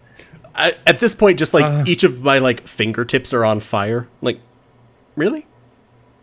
Nehet, can you make them understand how important this is? So quick question here, Mapus. Is the item that you need from the chest itself flammable? No. Well, yes, kind of, yeah, actually. Unfortunate. There went the easy way. I mean, we could just burn the boat and not worry about the item in the chest. I mean, that's going to be difficult. I was thinking that more subterfuge would be necessary here. How are we gonna sneak on a dryad boat when the boat is the dryad, Meepus? I don't know. I've seen you guys, frankly, do amazing things. Thank you. That's Things- literally things the I did nicest not thing think you've ever possible. said to us. I've always been nice to you. I don't know how exactly you'll do it. I just ask that you do it. Well, I'm doing it. You all can join me or not. Thank you, Nehet. Stormbringer's gonna look at Charity and Burbage and Vamaris and kind of shrug. What do you guys think? I think it might be better to just destroy the boat. If we began by attempting to destroy the boat, it might draw her out and leave her in a position where we could control her movements. Draw her out of the boat? Well, sometimes she's more just the whole boat, and sometimes she's more just a particular part of the boat. Yeah. Well, no, I mean she is limited where she is in the boat. She is not the entirety of the boat itself. And it looks like it would catch up to us by maybe morning tomorrow. When we have the opportunity to, I think... Actually, I'm going to be messaging this, sorry, to the family intern. It seems to me that if the boat's going to catch up with us anyway, it might be in our best interest to exorcise the boat of Lomina. Burn her to ashes. I'm saying we should burn her to ashes. And then we can also recover this item that Meepus wants. Because if she's going to catch up anyway, I'm not suggesting we doggy paddle over to the thing from great distance, but if it's coming up near us anyway, we could at least try to get on and grab it. Though it might be good to appraise... lower the sails, Mr. Hislop? Raise the sails? Make ready the sails, Make ready the Mr. sails, Hislop. Mr. Hislop. I remembered 80% of the syllables. I Of agree what's with happening. that sentiment. You cannot hear this. Oh yeah, it's their message. I'm messaging. Alas. Sorry about that. No. But what do you all think? I mean, burning the dryad sounds like a good idea. Andy, Yes, Adam. is Burbage's understanding that Lomina wants to kill him? He is worried that because he has not returned to her like he promised, she might. I mean, yeah, I feel like the last time I saw her, like, the lie of that, like, came out, and she, like... Yeah, I think I just narrowly escaped with my life. Yeah, so I don't know. Burbage is just worried. Burbage That is was really like 3 overwhelmed. levels ago. You're fine. I'm gonna message Cantrip back. Wasn't Meepus a slaver? Also a fair point. Right. I forgot about that. I thought he was one of the slaves. So I want to turn to Meepus and ask him directly, what are we rescuing exactly? My chest from the captain's quarters. Yeah, but And what's what in the is chest? in it? I'll give you an extra 20 gold piece. Never to ask me that again. I will destroy the chest personally as soon as I see it if you don't tell me now. That would be bad to do, I think. Well, then I guess you should tell me. Well, there's a couple potions. There's the deed to the ship itself. But Lumina has also put part of her heart in there. It's kind of a core piece of her that is attached in the ship, so that she can always come back to it. So why are we not destroying that? Yeah, that seems like we should destroy it. Don't you see, well, guys? Meepus think that's misses bad. Lomina. Meepus just wants to get back together with Lomina. That's all this is. At this, he does kind of Pathetic. blush. It's really nothing to be ashamed of. I think we're going back to the purifying fire plan. Yeah, I haven't heard a convincing argument of why we shouldn't. Well, no. If you look, if you have her heart, she's not going to attack you. She's not going to throw you off and drown you in the waters.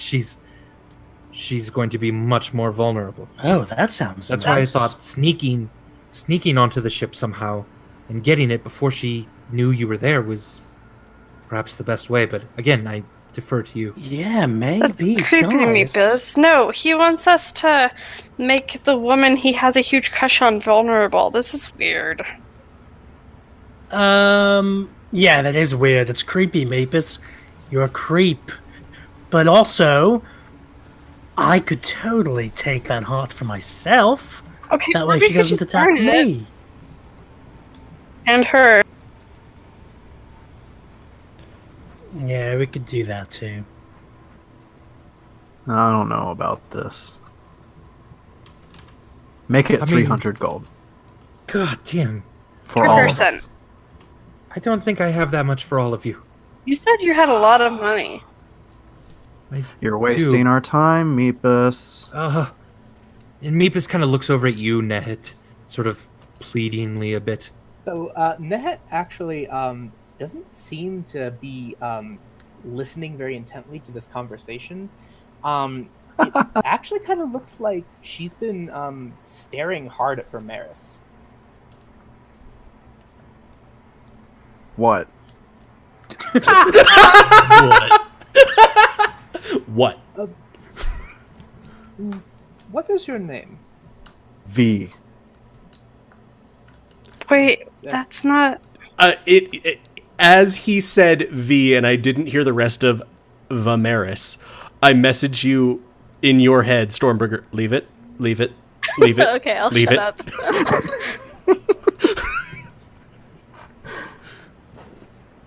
Sorry, I know it's a forward question. You will remind me of somebody. I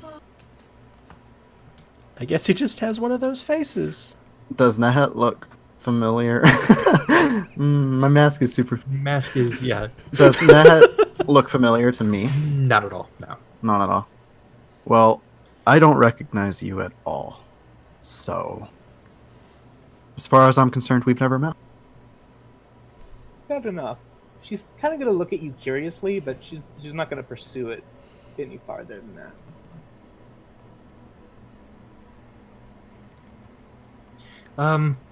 Nehet, I don't suppose you have an extra little bit of money that it could help to persuade these Well, yes, a fine thugs? gentleman gave me a whole sack of copper, and she'll bring out the sack of copper.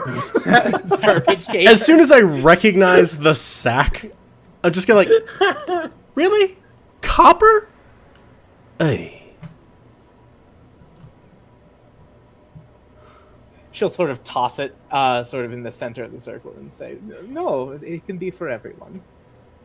All right. I can give you 200 each then. 200 is fine. Nehet, keep the sack of gold that I gave you, or of copper. I'm going to push it back toward them. And, yeah, 200 gold each sounds fine, right, guys? Vamaris nods. What am I agreeing to? Kill the dryad, get a chest. Okay. As long as kill the dryads on there. I don't... Wait, can we kill her if we're saving her heart? Well, I mean, no, because death's not real, so we can't really kill anyone. But you know what I mean. If you were to destroy her form, it would take her longer to bring it back. Yes. You are free to, hack at her until she stops moving, and then she will eventually regrow. How long we talking here? Days, perhaps? Okay, I don't really want to swap one dryad boat for another dryad boat, Meepus. Do you see my logic here? He has a point. Meepus. Well, The ship okay, almost well, killed you all can- of us. Yeah, Meepus, I gotta say, we're feeling real profoundly ambivalent about this mission you're offering us. Yeah. Perhaps if you were truthful about your intentions with us, we would be more persuaded to help you. Yeah, Meepus, because they yeah, sound that's like what she creepy said. intentions. I want to be captain of that boat again. Very, very badly. So, I want to be with Lomina. okay, and once again, we There. come to the I've problem. said it. You want to be with Lomina while having control over her because you have her heart. I mean, that's part of it. That sounds seems sort of bad a when you put little it like fucked that. up, Meepus. I Well, feel it's better Throw than him. Can I it's throw better him? than their current captain. It's better than her current one. Wait, who's her current captain? I thought it was her. No, she's. Who's sailing she's- that ship, Meepus? You're not gonna like it. like at this point I have Milo? stepped forward and I am just like slapping/shaking him. Who is sailing the God. ship? Oh, Charity. You are Milo. son of a. That's it. Everything dies in fire. Wait, didn't we kill Milo? We didn't confirm it. We never saw his body. Oh, shit. Listen. She can't be with him, of all people.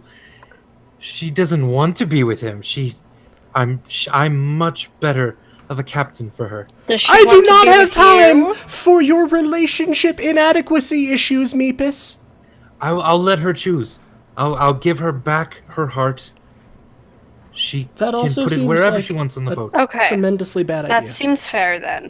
Has- No, right? That's good. Then we're not just selling her into slavery. No, I don't want to sell her into slavery, but I also think that just giving her back control of herself is potentially dangerous considering she tried to kill multiple people Well, I here. don't know what you want from me unless we're gonna kill her.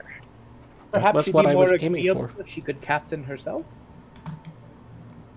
It's very true. I would even work on the ship for her. Yeah, Oh, but so now but we're is- selling you into slavery. But I think you can agree that Milo, with perhaps one of the fastest, most dangerous ships in these seas, is a very bad combination. That does seem Metis, accurate. You're a very nice person. At least you've been very nice to me. But I'm going to sort of wave a hand from side to side. But the fact that you were willing to let us set foot on this ship without telling us that there was a new captain? Also, how many of Milo's murderous thugs are on that boat? None. I don't think. I think it's just him. He is he lost a leg and an arm. And has replaced them with wooden parts that I think she helps manipulate for him. Oh God. But Has the boat known as Lomina gained ground on us? no, I mean not discernibly. You think that it's going a little faster than you, but it would take a while to sort of catch up. Okay. Well, if it's in the hands of /fundamental material control of two somewhat deranged, murderous individuals, we probably don't want to leave that as it is. Yeah. And I guess we would get 200 gold. Each. Yeah. I like that we say that just in concert, each. No, And give she me, does deserve better than Milo. And me. if you were to give me my ship back, I mean I can sail you wherever you want. We can make other arrangements. Just at least 200 gold is what I'm offering.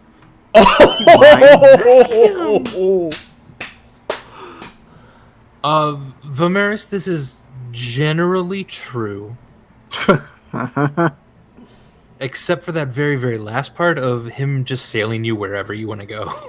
Seems a little bit more tacked on. I don't think that deal Not is as true. as truthful as he claims. Yeah, I don't think he'll be our personal shepherds. I'm not sure he will be either, but Shepherd. I do think it would be better. Sorry, some Mass Effect slipped into our D&D. Rex. I do think it would be for the best for Milo to not be in control of that boat. Certainly not to be in control of Lomina. I don't think it would be for the best for Meepus to be in control of Lomina. Though I might feel Yeah. marginally better about Meepus in control of that boat than Milo. And I Lomina suppose. either dead, I know you don't think it's a thing, no longer present in the world in the form that she is right now, ever Yeah. again, or free. That sounds good to me. Depending on the whole murder rage thing she has going on sometimes with us. Yeah. I also think she gets one free punch on Burbage.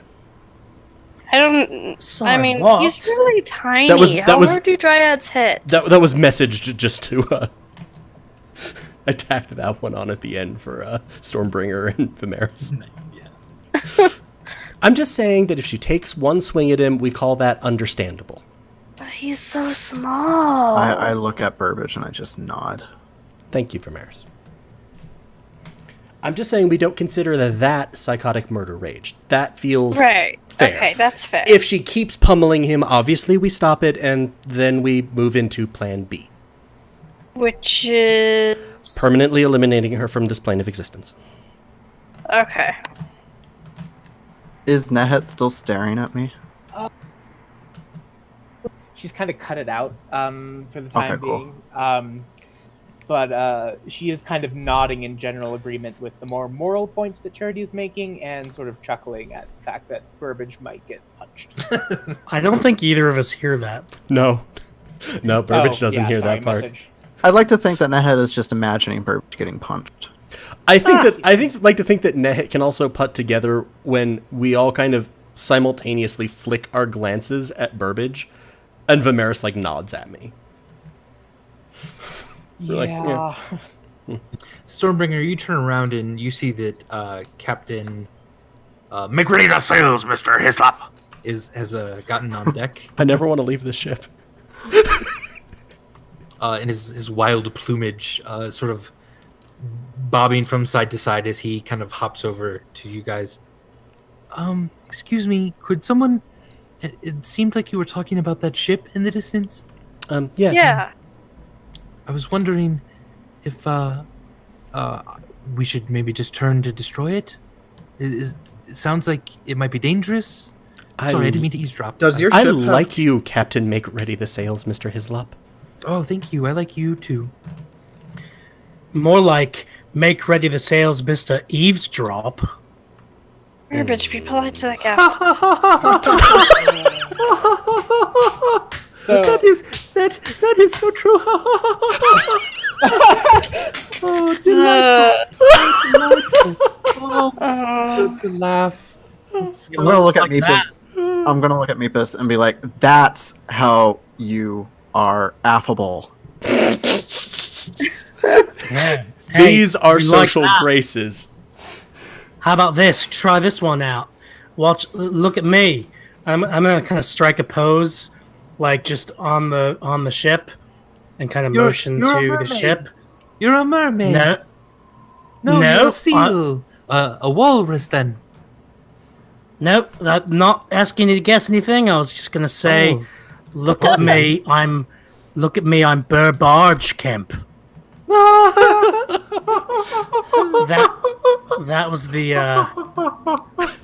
one I had planned. Oh, delightful. Yes, thank you. Oh, what merriment. I declare it the most whimsical joke of the season. Thank you. There were two others in this, like a sort of a trilogy.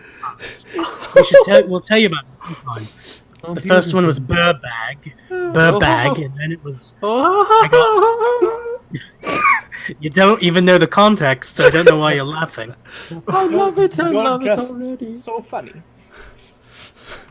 Yeah. I'm starting to cry slightly. Anyway, guys, I'm feeling really anxious, so I'm gonna go drink. You guys take Yes. care of this. We're Hey, bringing one Barbara, of the kegs. Do you think that's the best way to deal with things when you feel anxious? I think. Yeah, sure do. Oh, We're okay. going to bring one of the kegs up from the bottom hold. Nehet has promised to give us a dance this evening and tell her story, and we were going to make a fire in the pit. That sounds great. Where's this keg? Oh, my men are bringing it up now. And then in the And morning we then can destroy the Destroy other the ship. ship? In the morning, perhaps? Oh, of course, yes. Destroying Whatever. is only one option. We need not do it if it doesn't require it. That ship No. is gonna burn. Shh, it's a good option. So the men and elves have brought up several different kegs. The Furbolgs have created a kind of a barbecue feast that is beautiful. Several of the caravan can play instruments. So one of the Furbolgs, Red, and the halfling mother are all playing several instruments. And Nehet, you're welcome to join. But also, Make Ready the Sales, Mr. Hislop, has seen to suggest that you were going to tell your story tonight. Whatever story that is, I don't exactly know. Oh, all right. But the music is clanged. Everyone is slightly drunk, and their bellies full. All right. So Nehet probably would have been just sort of playing her.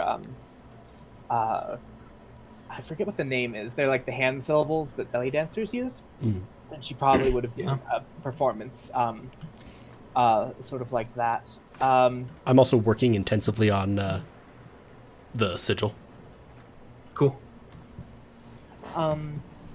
And sort of as she sort of does this performance and does this dance, she talks of a faraway city, a jewel city on the edge of a desert sea, a city that was sort of gilded in gold and sapphires, and she talks of sort of long lineages of noble kings and sort of the pursuit of the ideal of beauty in this civilization and how it drove a king mad and sort of resulted in this kingdom's complete demise and downfall.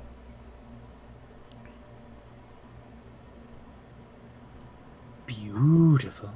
Wow. I can give another performance roll if you'd like. Yes, please.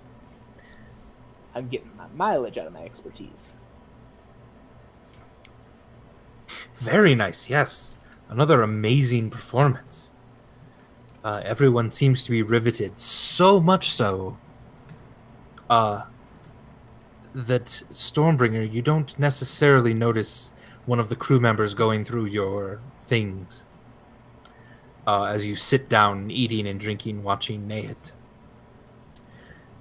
He's sort of a gruff elf-looking man, and then the only reason anyone notices him at all is because he stands up very, very quickly. And Burbage, Charity, and now Stormbringer, you sort of look back behind him, and he's seems to have had one hand in one of your sacks.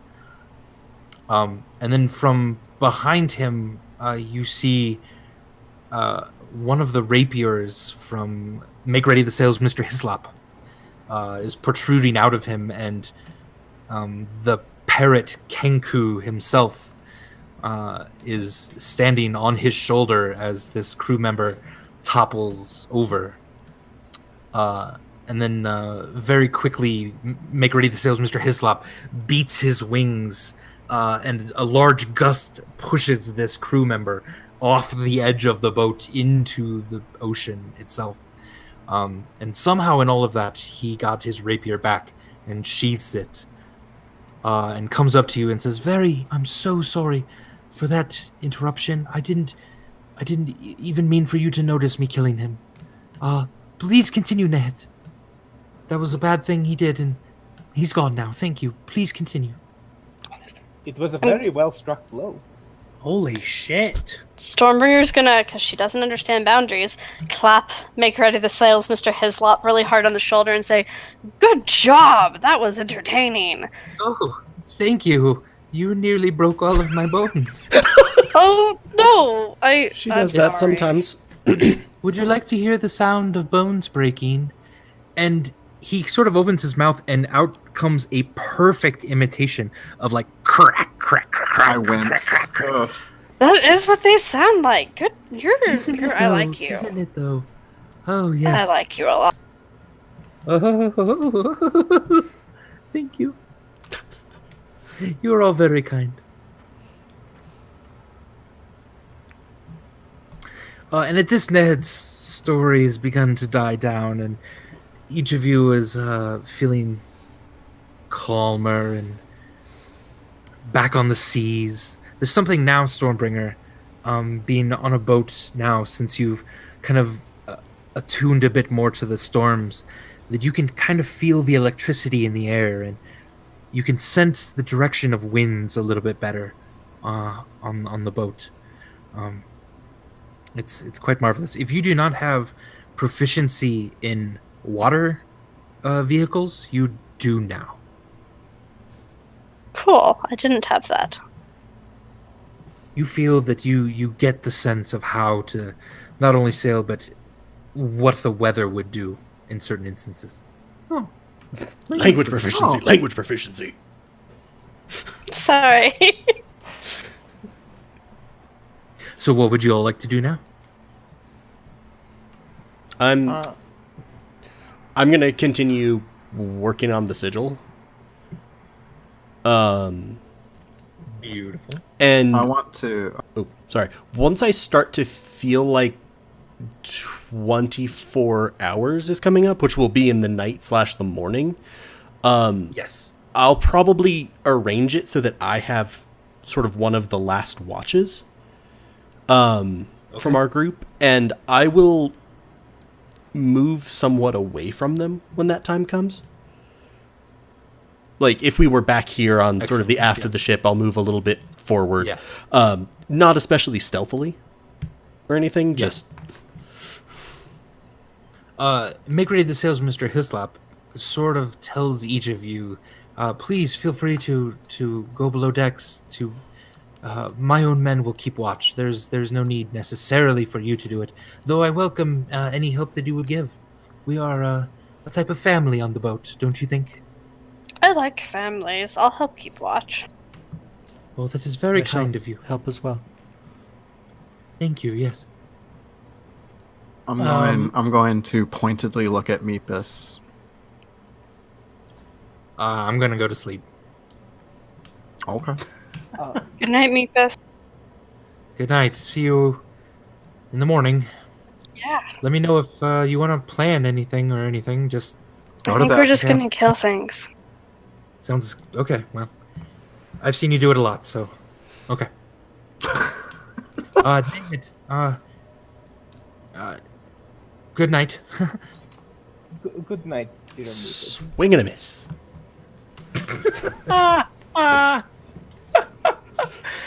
So people Hey, are getting ready for bed, and what would you like to do specifically, or just go to sleep?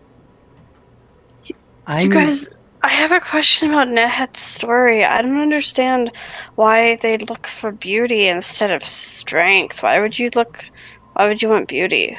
That sounds like a stupid king. Is this in Stormbringer's normal volume? Yeah. Okay. She basically only has one volume. Yeah. Well, no, there's normal. There's three. There's deafening shout, normal loud talking voice, and stage whisper. Yeah. Okay. Anyone looking over in Nehet's direction has no problem noticing that she's totally eavesdropping. Just explain it to me. Everyone seemed to like it a lot, but I don't get it. I would propose I might have an explanation. Oh, hi, Nehet. Hello, dear Stormbringer. It was said in my homeland that there were many different kinds of beauty, and we did have many great warriors who valued strength. So, you know how I handle my weapons when I perform. I did not learn that from a dance teacher or instructor. I learned that from the warriors. They are an expression of beauty and strength. It can be two things. Okay, but strength. We all agree strength is better than beauty, right? I'm gonna look at it. I wouldn't really recommend trying to explain something by saying it can be two things. To Stormbringer, we're still working on the death is a thing. That's not a thing, Charity. I know. Oddly enough, when you say this, Stormbringer, Nehet kind of looks at you a little bit oddly, like she'd like to hear more about that. Stormbringer has like a negative wisdom, so she's definitely not going to pick up on that. Then Nehet will go ahead and ask you to elucidate. Not using the word elucidate. Good. And back to the sigil. I think I've heard the spiel before. So death's not a thing because when you die, supposedly, and Stormbringer's doing air quotes, it's not like real. You're not really gone. You just stop moving and, stop interacting and stuff, but you're still around and your body feeds the earth and the earth grows you again and the bugs eat you and then you live on in the bugs and the earth and you're not really dead. You're not ever really dead. You're just not moving. The bugs don't eat the ones that I kill. Bugs eat everything, Charity. They don't What eat eats the ones ash. that you killed? I think they do. What? Oh, I just wondered what ate the ones he killed. I think he was saying because they're burned to ash. They are ash, Nothing if eats anything. Look, but even ash isn't really gone, Fair, I'll take that point, but it's not like the bugs eat the ones that I kill. That's all I was I saying. think they might. I don't think... So tired. Anyway, we all agree death is not a thing and strength is better than beauty, right? Good. Sure. I'm not even gonna respond. Just still fiddling with the sigil. I will tell Stormbringer, I admire the convictions of your beliefs. Thank you? Stormbringer looks like she doesn't entirely understand what that means. Nehet's smiling, so it's probably a nice comment. Stormbringer just gonna smile back but look confused. So, Burbage has been drinking and has been just kind of like pacing around. Probably by you, Charity. Okay. He's just very kind of anxiously pacing around. Are you okay, Burbage? Yeah, I'm great, Charity. Everything's fine. That felt hurtful. You working on the sigil there? What are you doing with the sigil? For our family. Is it good to be making upgrades to our family sigil? I feel that it is unlikely that the foci I've received from Behelit will continue to work for me. A contingency plan seemed wise.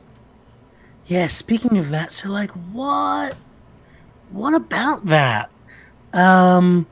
So like if you don't kill me, is she just gonna get somebody else to kill me?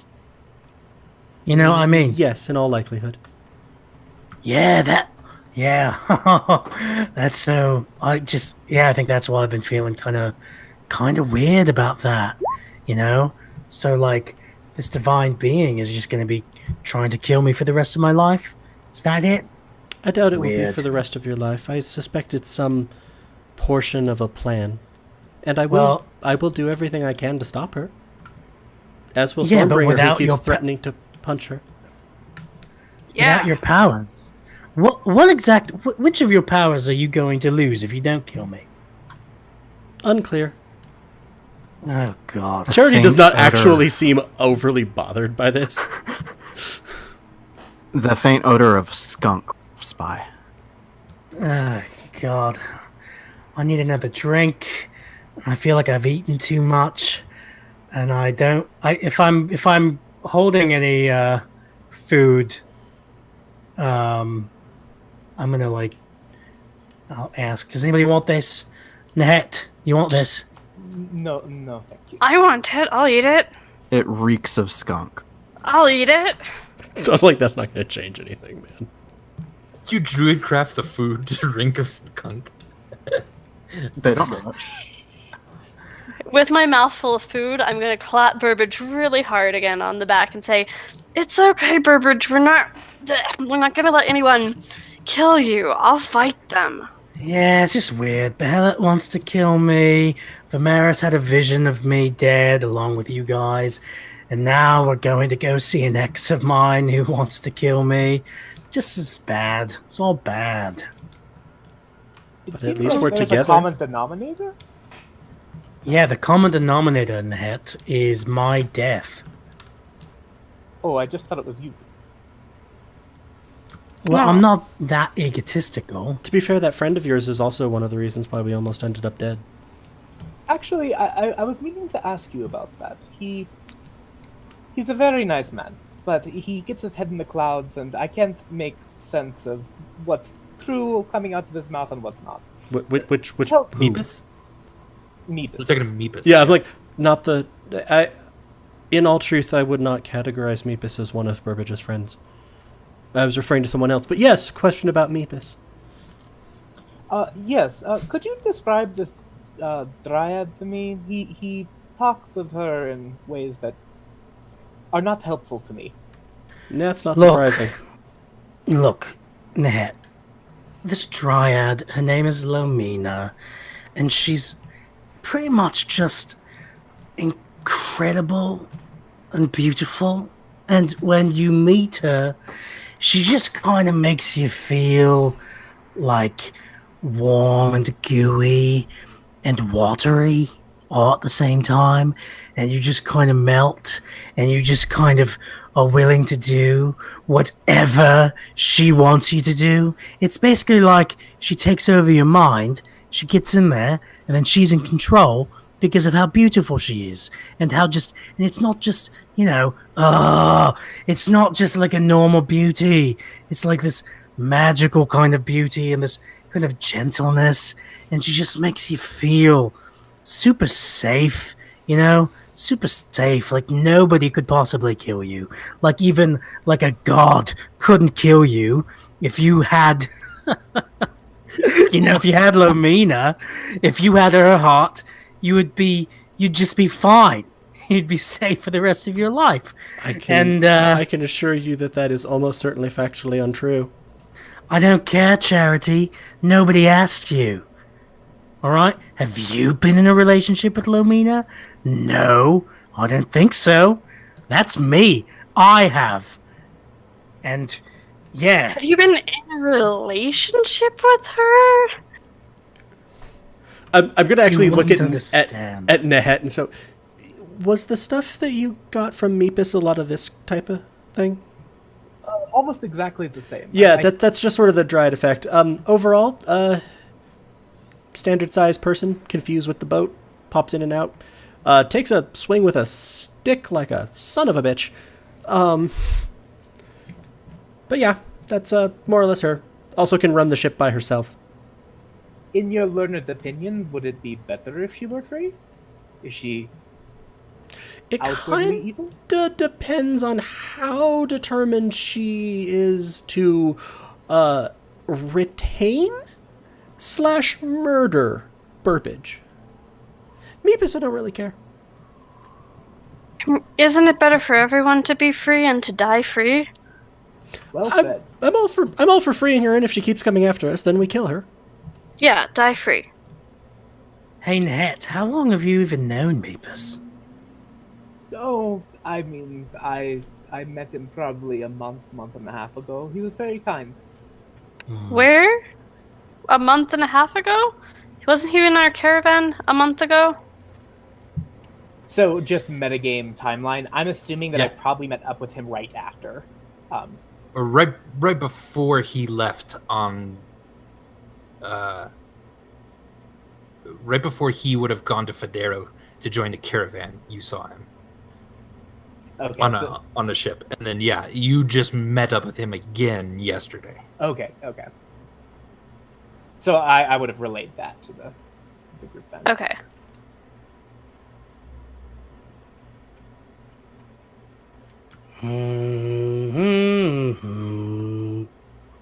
That's Burbage just kind of drunkenly humming. So You a god guys- wants to kill you? This is an interesting story. Yeah. Very interesting. Hey, Nehet. The trust levels, I love it. Hey, Nehet, why haven't you eaten anything since I met you? I haven't seen you eat anything. We're all feasting here, drinking and having a good time. What's your deal? Do you enjoy seeing people eat? I don't enjoy anything, right? I see. I enjoy asking people things when I notice things about them, that's all. Honestly, I just have not been hungry.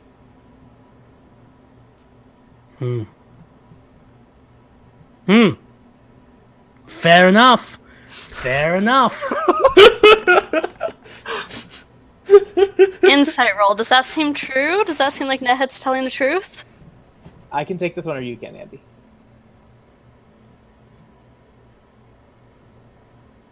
Andy's dead. Andy? Yeah, please. Oh, sorry. Yeah, I was talking to myself. Please, go ahead and take it, Nehet. So, with that roll, you get the feeling that that's not the only reason, but also that is true. Why else haven't you eaten anything, Nehet? I just have not felt the need to.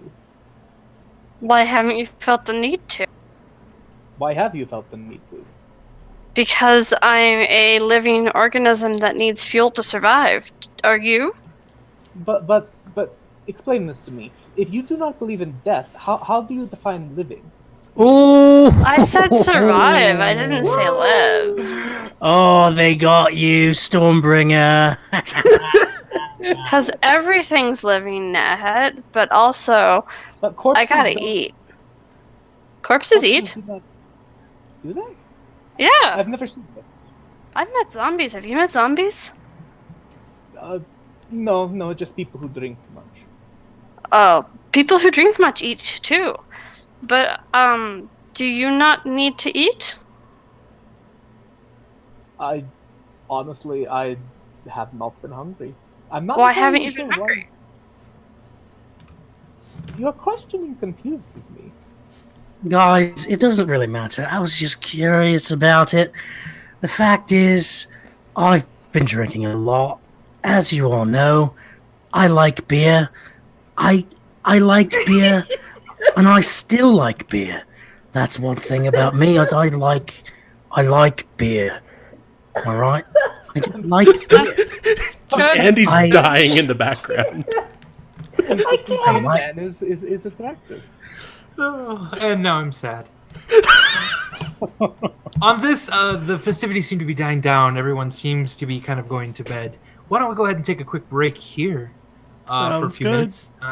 Go to the bathroom, do what we need to do, get a drink or something, and we will pick this back up in just a few moments. Cool. Awesome. Woo!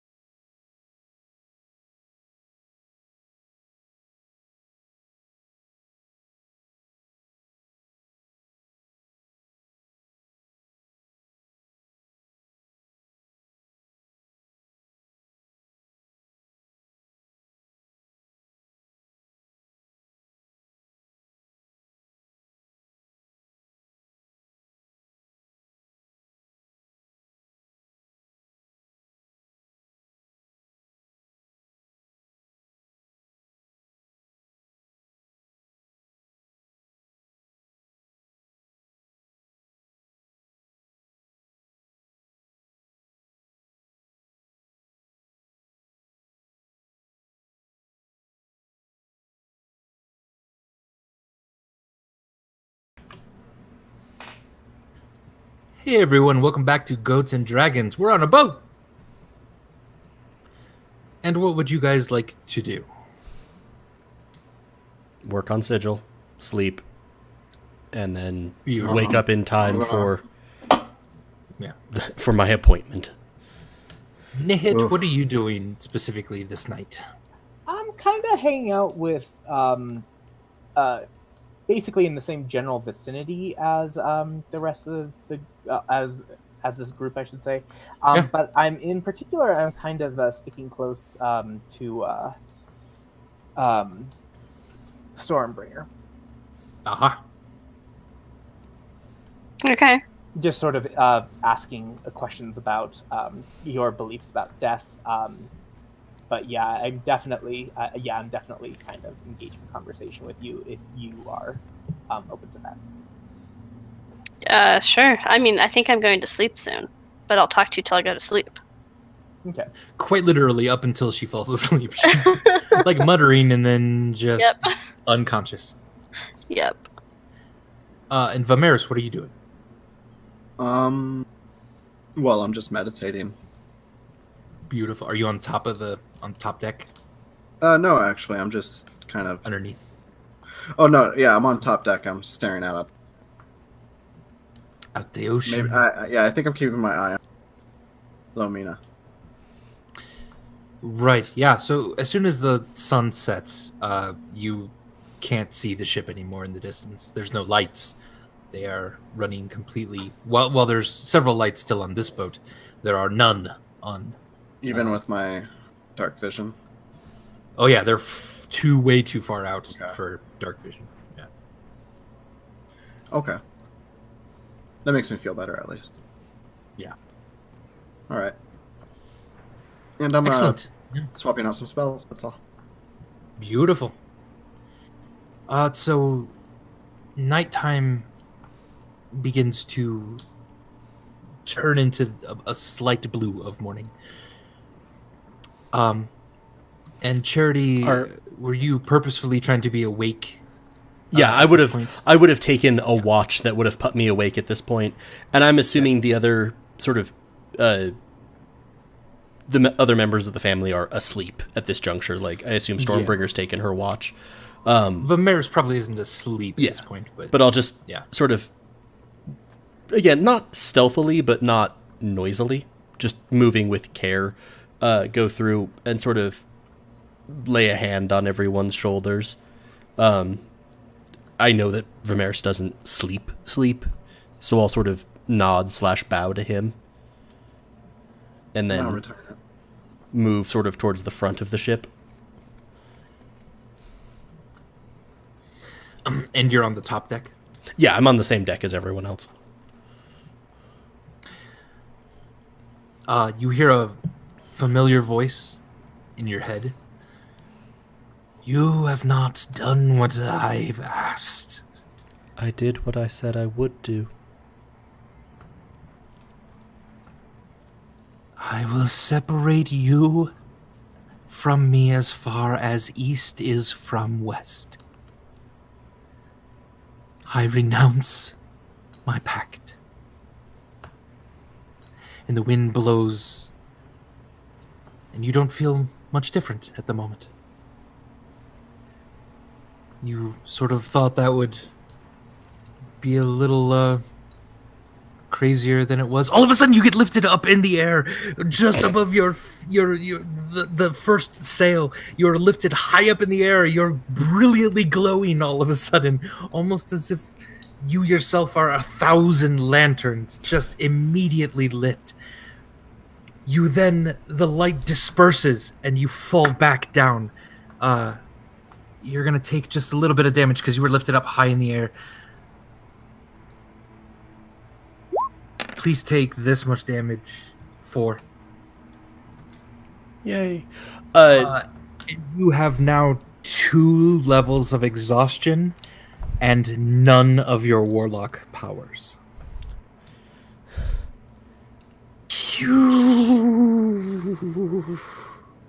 Ow. That was fun. Immediately, people come running from who are on the top deck of the ship. everyone saw this brilliant light and you being lifted up.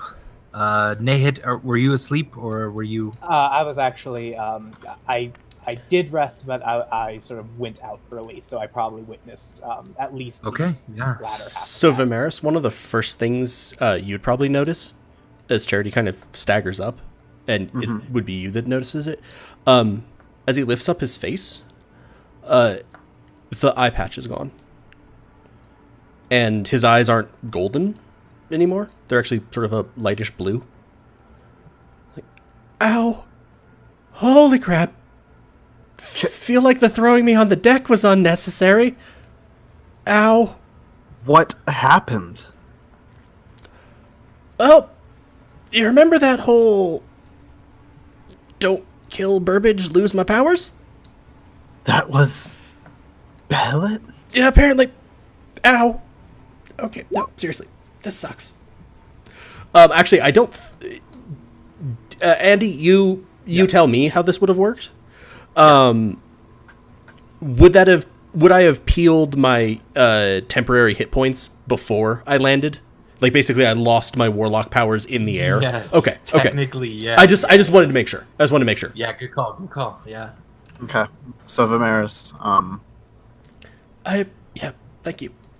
yeah. I'm I'm not sure what I see, but you fell. I don't look too badly hurt, but no matter what Yeah. you roll, that gets me back up to full. So Yeah.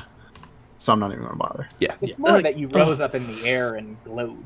Thank Yeah. thank you. Yep. So apparently that's how that works. What else is changed?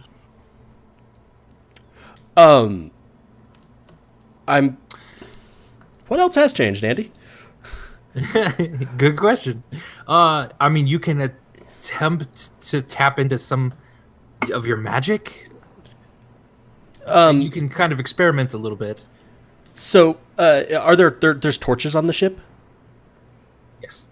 Okay. So I'm gonna cast thaumaturgy, and just cause it to like change to silver, the way I normally do. That one incidentally comes from me being a tiefling. So.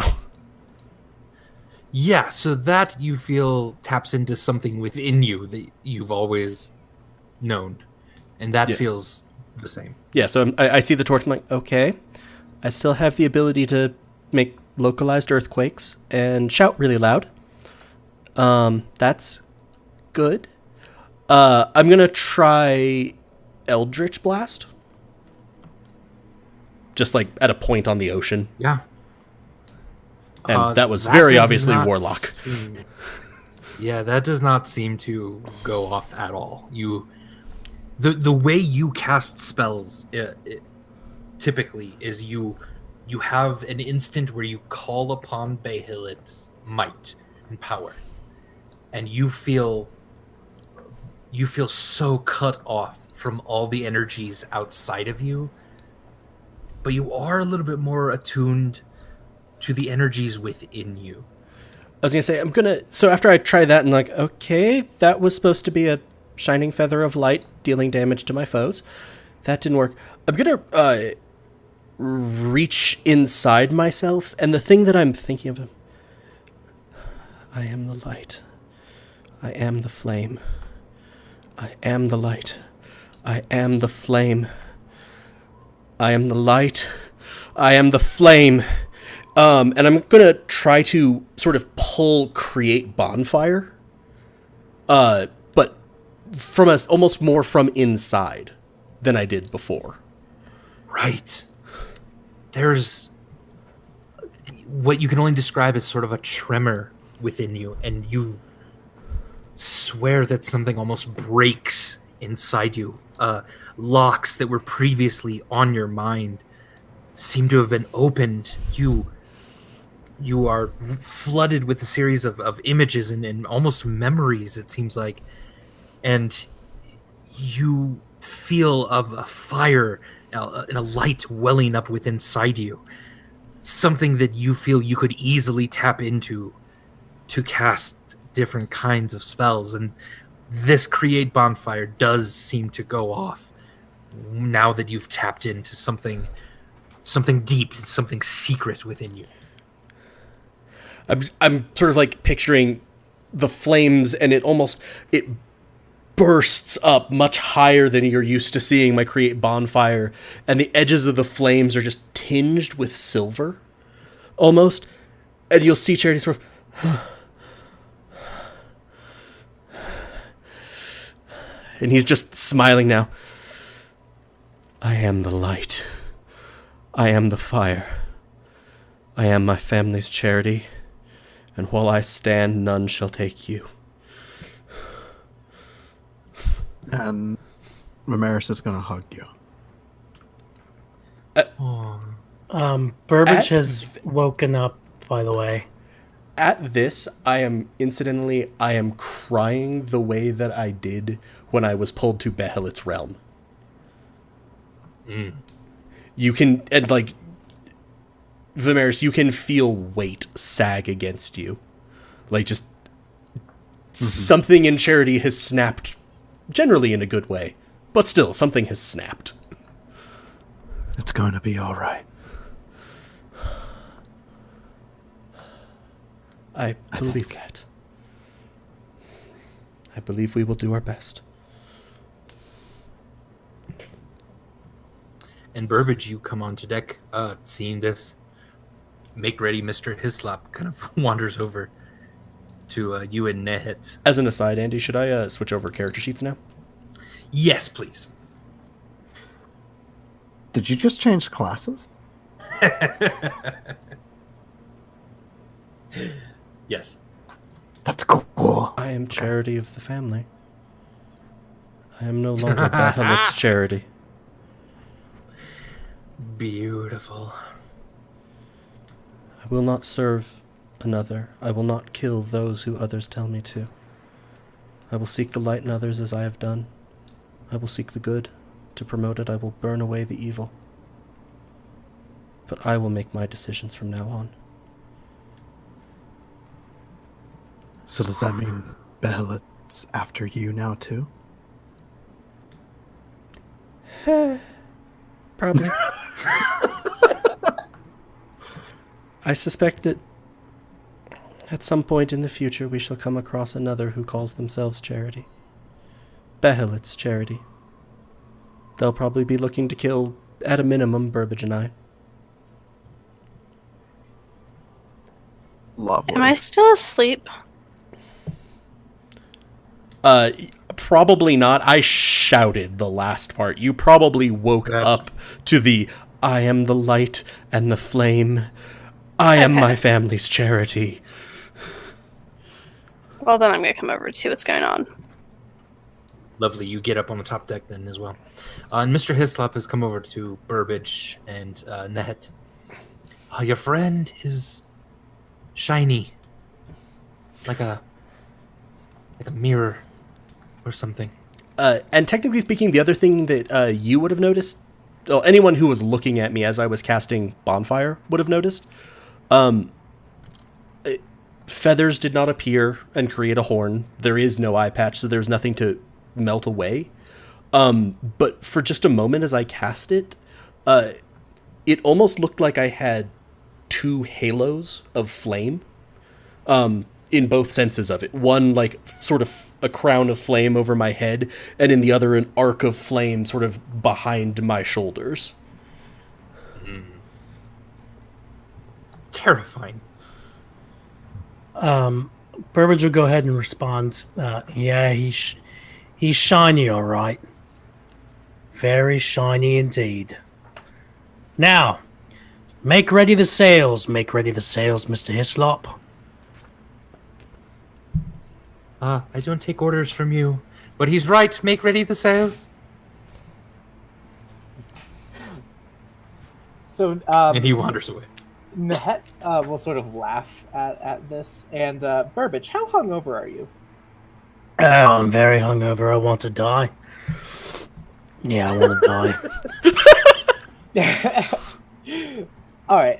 So you get the sense that there's something different about Nehet, but if the sun's in your eyes and you feel like a pig defecated in your head, you probably don't really care. Oh, yeah, I don't. Sorry. Oh, sorry. Indeed, yeah. I mean, yeah, that's the reality of Burbage's situation right now. Stormbringer, however, might notice. Yeah. I mean, do I? I mean, if you walked, were you sort of looking at me, or were you sort of paying attention to what was going on with Charity? I was focused on Charity. Okay. You wouldn't necessarily notice any like immediate difference if you just sort of brushed past me. Okay. But why is the ship gone? Oh, it's just on the other side. Okay. I was like, there was distinctly a ship in my screen before. There was indeed. So it is morning, and you do see that the Lomina's ship has gotten much, much closer. You are actually probably about here. Also, super quick, Andy. Yes, please. Since I suspect some... I Shenanigans. suspect that this is not going to be, let's go have a pleasant conversation with Milo. Hit points. Yes. 6. Or a D6. Oh, a D6 now? Okay. Well, since we said we were going to do the sorcerer one for the last level. Beautiful. And keep the Yeah, others the let's same. do it. Mine! Okay. I think that's literally better than anything I have ever rolled. Right. And I'm assuming the exhaustion is just normal levels of exhaustion, normal effects. It is, Okay. yeah. So your speed is halved. Yep. And you have Disadvantage on the skill checks, ability checks. but nothing. I just meant like with regard to the HP, etc. I was assuming nothing's changed, nothing's different with the spells, etc. Right. Yeah. So it seems like Mr. Hislop has been watching the ship get closer and closer. His men have readied a catapult on the back of the ship, as well as several sort of trebuchets along the right side of the ship. And they sort of did this very calmly and quietly, to the point where you very easily probably didn't notice what was going on. But now definitely the ship has gotten much closer. I'm going to sort of pat Vamaris on the shoulder. Thank you, my friend. I think I can stand now, though. Oh, okay. Feel like hell. I catch you. That's fine. Okay, thank you. Thank you again. I think perhaps it is time to prepare ourselves for the upcoming fun. Nothing like a good sentient boat trying to kill you. You don't mean to join us. Charity smiles, and you see just like little arcs of flame all over. Oh, yes. Oh. Okay, then. I shall keep myself safe. Understood. And we the march other back thing to our I'm doing group. is I'm sort of reaching for these new powers and feeling sort of the shape of them. Feeling Yes, out these yeah. spells. And very much the overwhelming things that are driving them are burning away the wicked, helping my friends recover, and helping and bolstering them generally. If that Beautiful. makes sense. Like, those are the areas that I'm focused Sure. on as I'm thinking about it. Yeah, very good. So Very good.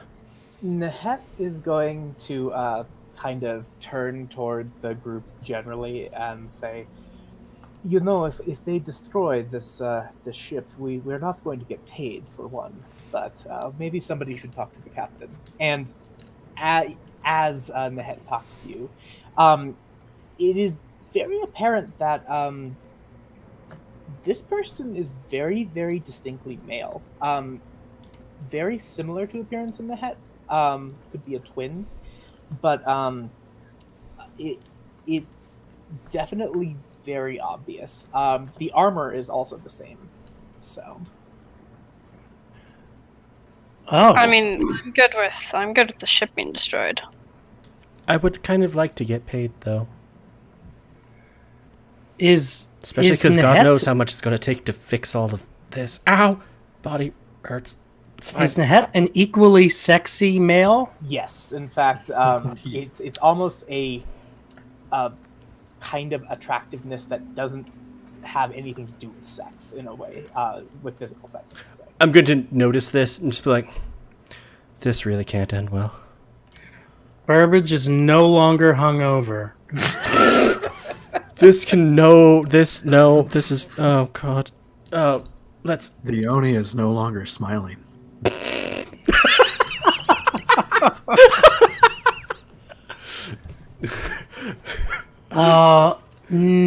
Nehet?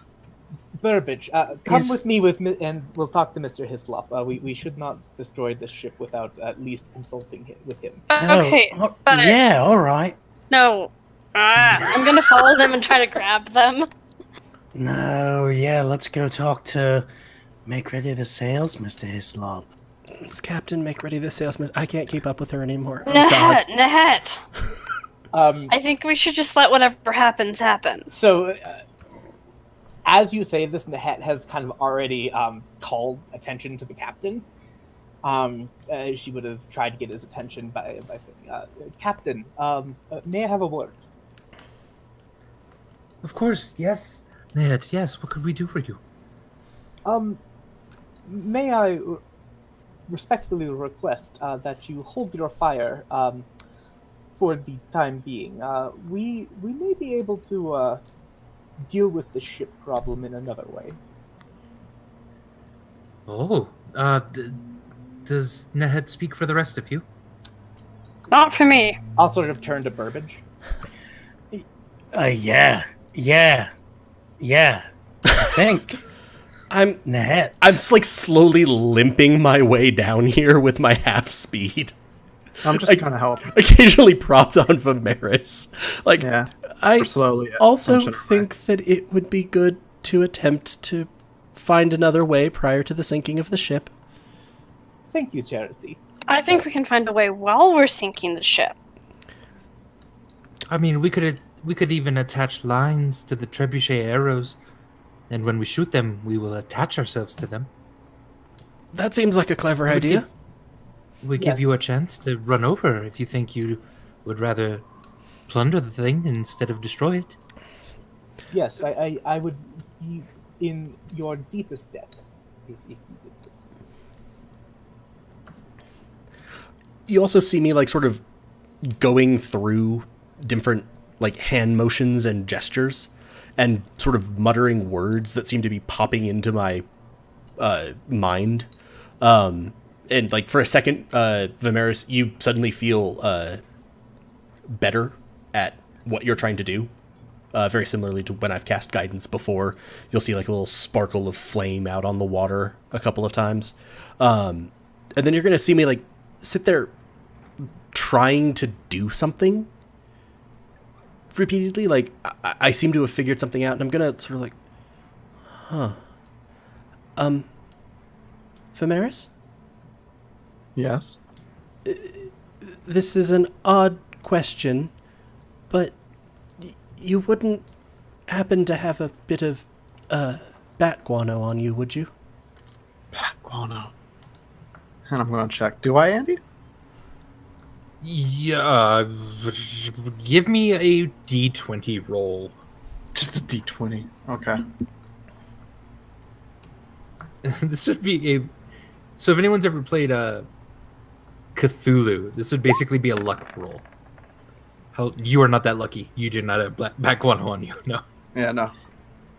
I just shake my head. I'm Do- sorry. Do you have a component pouch? Or Like I wasn't sure if you had Probably not if you. Yeah. I don't know if you had a I just druidic don't. focus or a component pouch.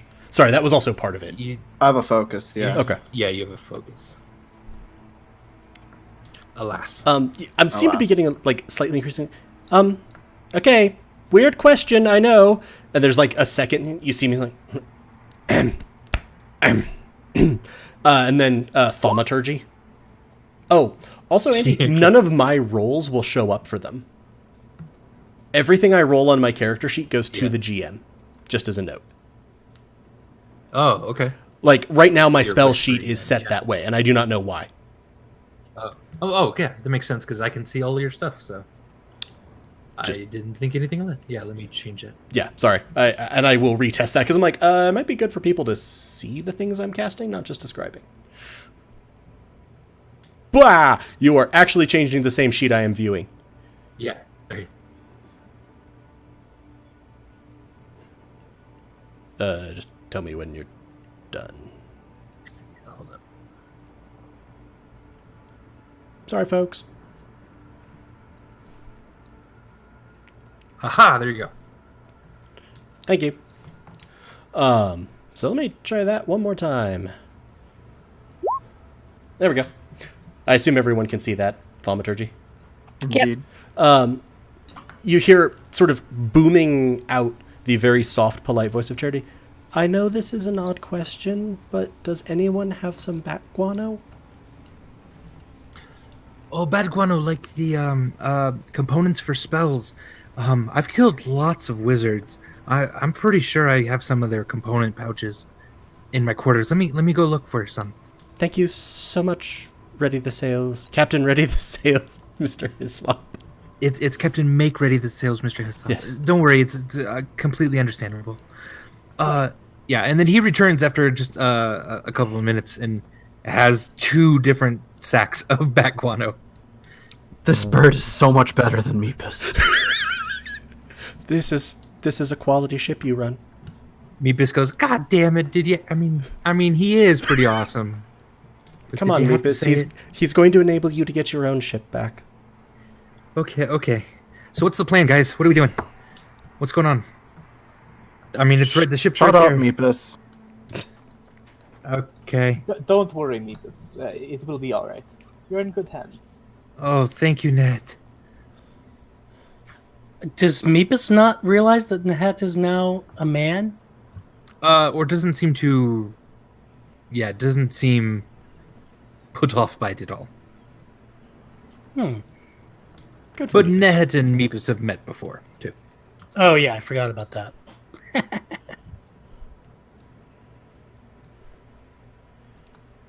Beautiful. And you still have your mask on, yes, Vamaris? Yeah, Or have right you now. taken this off I today haven't at all? yet. Okay. Cool. What would you like to do? I think in my current state, it might be unwise for me to actually head over, but I should be able to support you from a distance. Also, I think I might be able to do something fun if we can get Milo and Lomina to try to make themselves known. What did you have in mind? Charity smiles again, and again you see the flickering of flames. Fun. Does this have to do with enemies becoming inedible ash? Could do. I like it. I approve.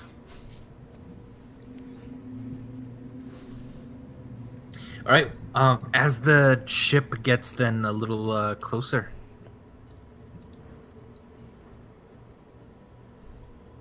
Ah, the ship is you- getting closer. you can see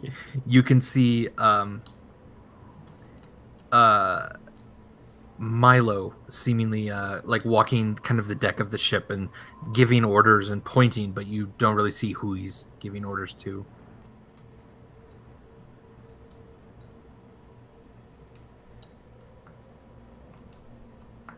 So, Nehet probably will sort of start going toward the side of the ship that this Dryad ship is on. And she'll sort of look back to the rest of to Vamaris, Stormbringer, Charity, and Burbage, sort of just wondering if who's coming with and who's staying here. Did Nehet ask that? It's more just sort of an imploring look.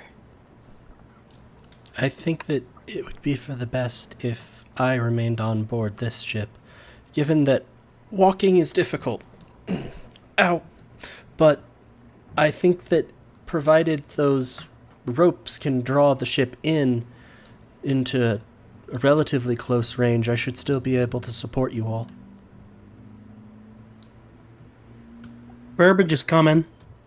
He'll follow pretty much immediately, I guess. How are we getting over there? I forget. What's happening?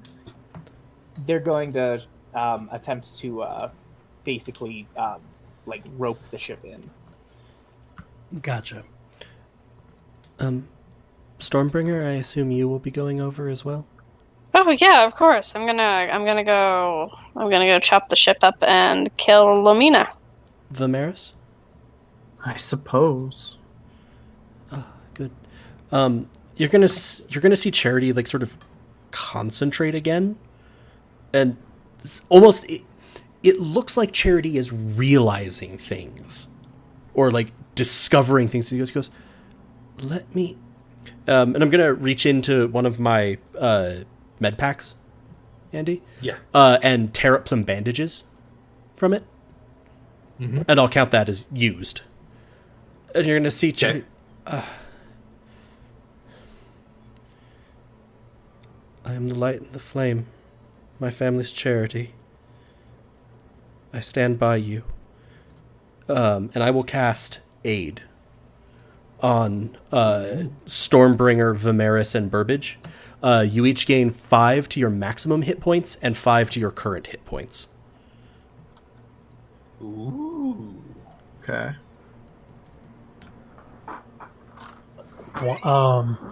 Okay. Those aren't temporary hit points? They are not temporary hit actual- points. They are actual Okay. full hit points.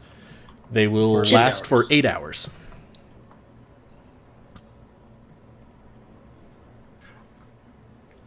Excellent. Okay. So a couple hours pass actually, and the ship, the Lomina ship, seems to be very astutely staying just out of range of the trebuchets on this ship. And now it's almost sort of equal to you, and it does look like it's bending to try to get in front of you a bit.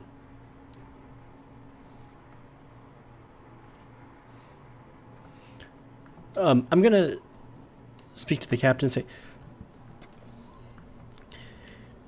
that ship coming into contact with ours would likely be a bad thing. There is a dryad aboard it. Oh, that is So- certainly a So ramming, bad idea. Securing at a bit of a distance, good idea. I see. Well, yes, thank you. And please recall, I am the captain of this ship, and I will make the decisions. Please don't ever tell me how to do that again. Thank you. Charity will bow. It was not at all my intent. I merely wished to warn you of the danger on the ship, since I don't think dryads on a ship are a normal threat you might face. Or at least a common one. Nehet will smile at that. Indeed. You've just left the game, the Roll20 game Yeah, on my hold on. screen. Yeah, I'm coming back. For some reason, I clicked on YouTube. My bad. Beautiful.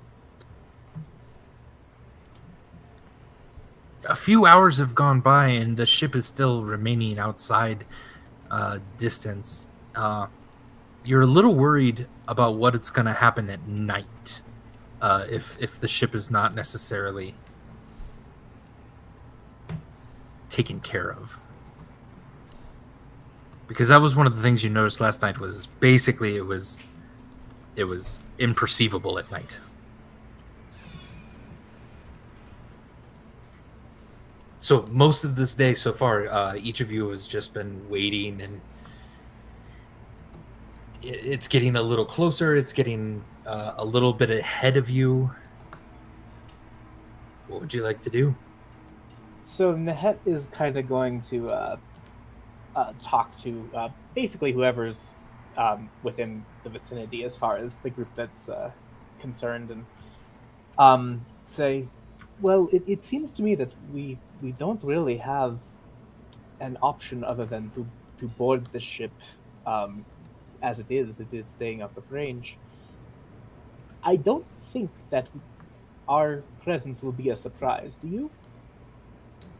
It seems unlikely. How are we supposed to board it when it's so far away?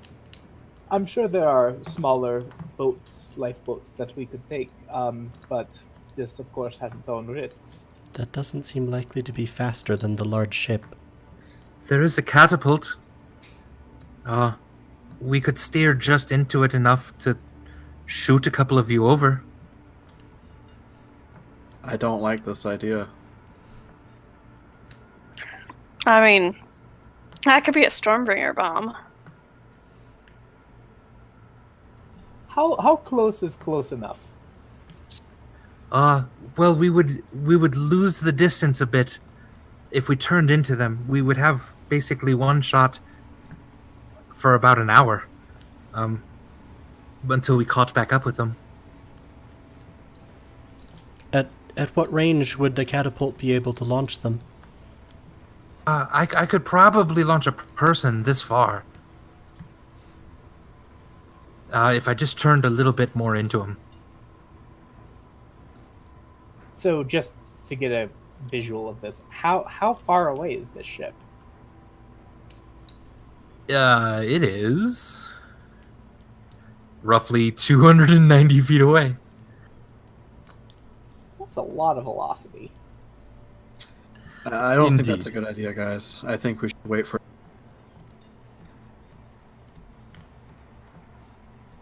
Wait for what? Oh, wait for them to attack us. All right. We'll set a trap.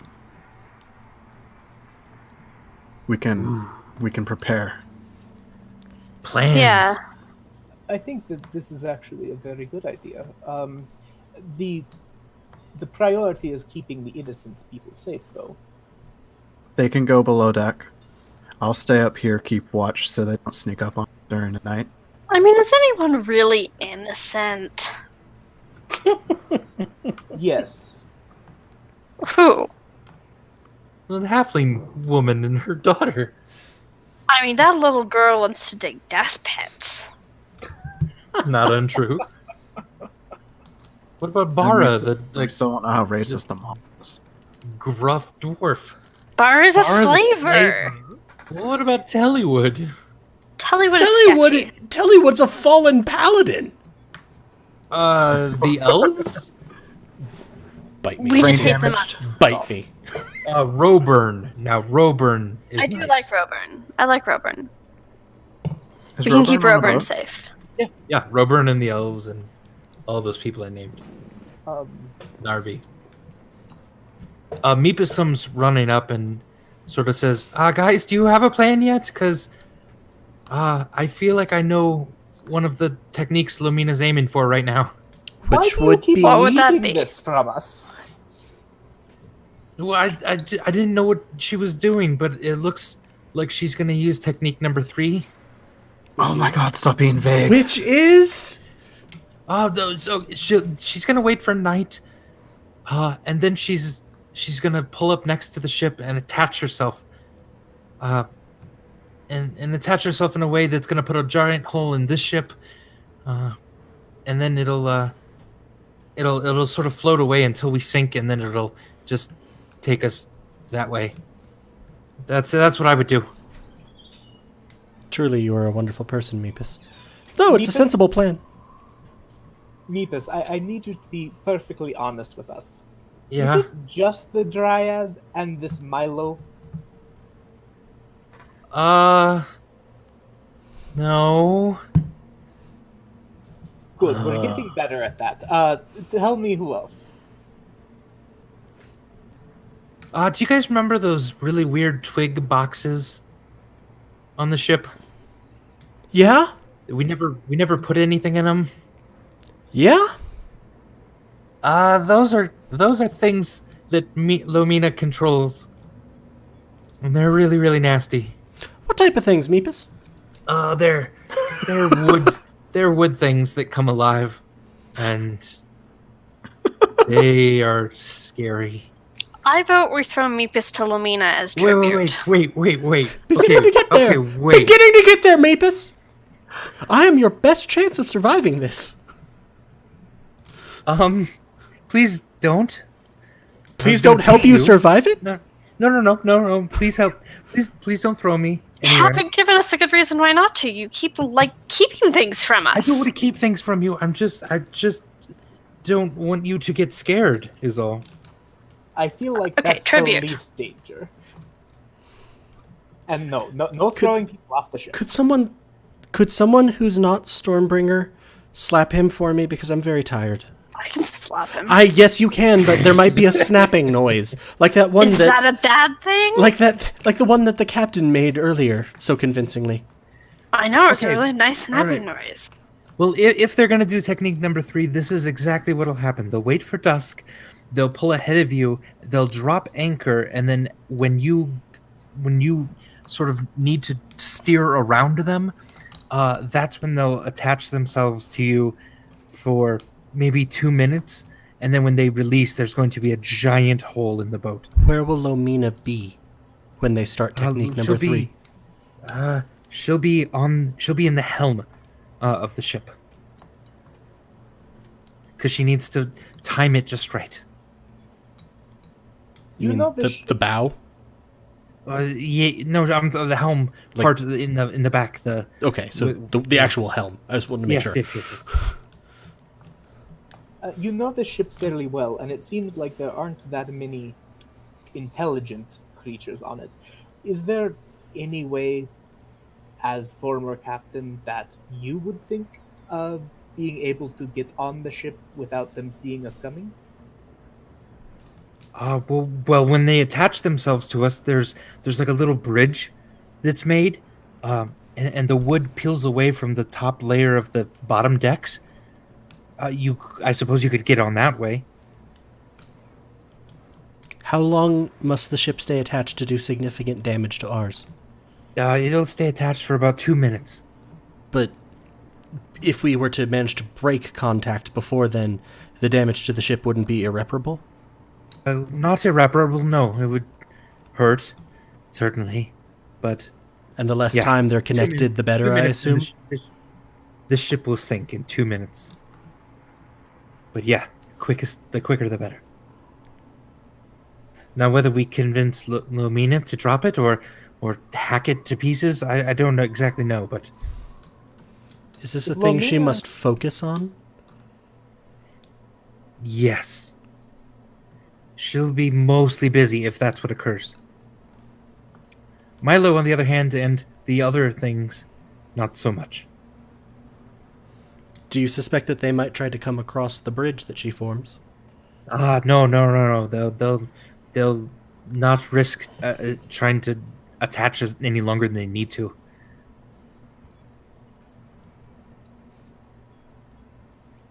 Will she be exposed on the helm? Probably not very, no.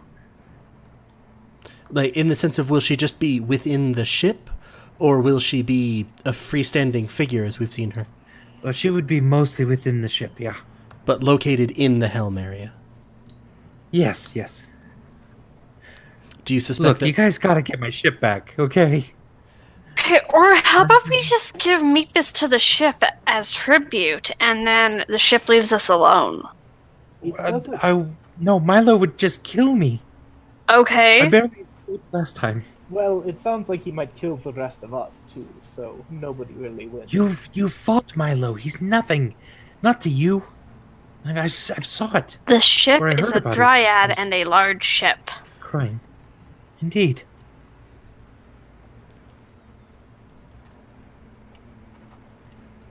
Okay, I'm voting make a tribute of Meepus, and Stormbringer raises her hand. Who else votes that? Vamaris raises his hand. Burbage raises his hand. I glare at Burbage. Burbage puts his hand down. If I actually thought it would solve the problem, which fundamentally, lest we forget, is an angry slaver that hates us in control of the ship, I'd be all over that plan. But Either way, we're going to have an angry slaver that hates. Yeah, it's either Meepus or Milo. But killing Meepus won't do anything other than, well, he'll... Well, world's down one more slaver. And maybe Lomina's not so upset anymore. Point of order, I'm not a slaver. Yeah, I'm pretty sure. I thought Meepus was a slave. No, I No. wasn't a slave either. Look, I transferred some people who were slavers for a while. I'm not proud of it. Oh, You're yeah. complicit. That makes you a slaver, dude. You're a slaver. You suck. Oh, None of this Well, is, that's- none of this is really very important You because suck. Sorry. whatever Meepus is or isn't, they very much want to destroy the ship. And honestly, it sounds like this Milo person is unpleasant enough to do it out of spite, even if we give them Meepus. True enough. So, am I wrong in saying that one way or another, we need to get on that boat, preferably before it gets to us? I think that's fair. Well, then our way forward is fairly simple, because either we attempt to catch up to them in a smaller vessel, or this catapult idea. I think that we prepare. refuse. I think that we prepare for their attack and we get ready to counter it. Not a huge fan of the catapult idea. No, listen. Neither am I. the ship is turning directly into you at this moment. Catapult me. Guys. Catapult me. Mr. Hislop is make ready to sails. Mr. Hislop is running around the deck trying to get his men on the trib and everything. He wasn't quite expecting this quick of a turn. Do we see a figure on the deck now? That's Milo. Yes, it is. As I'm going by like one of the cannons, I'm gonna run my fingers along, just and sort of getting some of the gunpowder Okay. on my fingers. On my fingers. Sorry, I dropped the push to talk button. All good. I'm going to shout at Meepus. Where would she be now? I don't know what she's doing. This isn't in the playbook.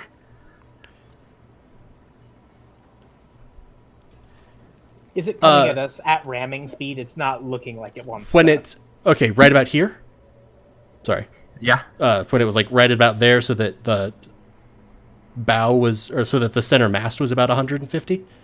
Yeah.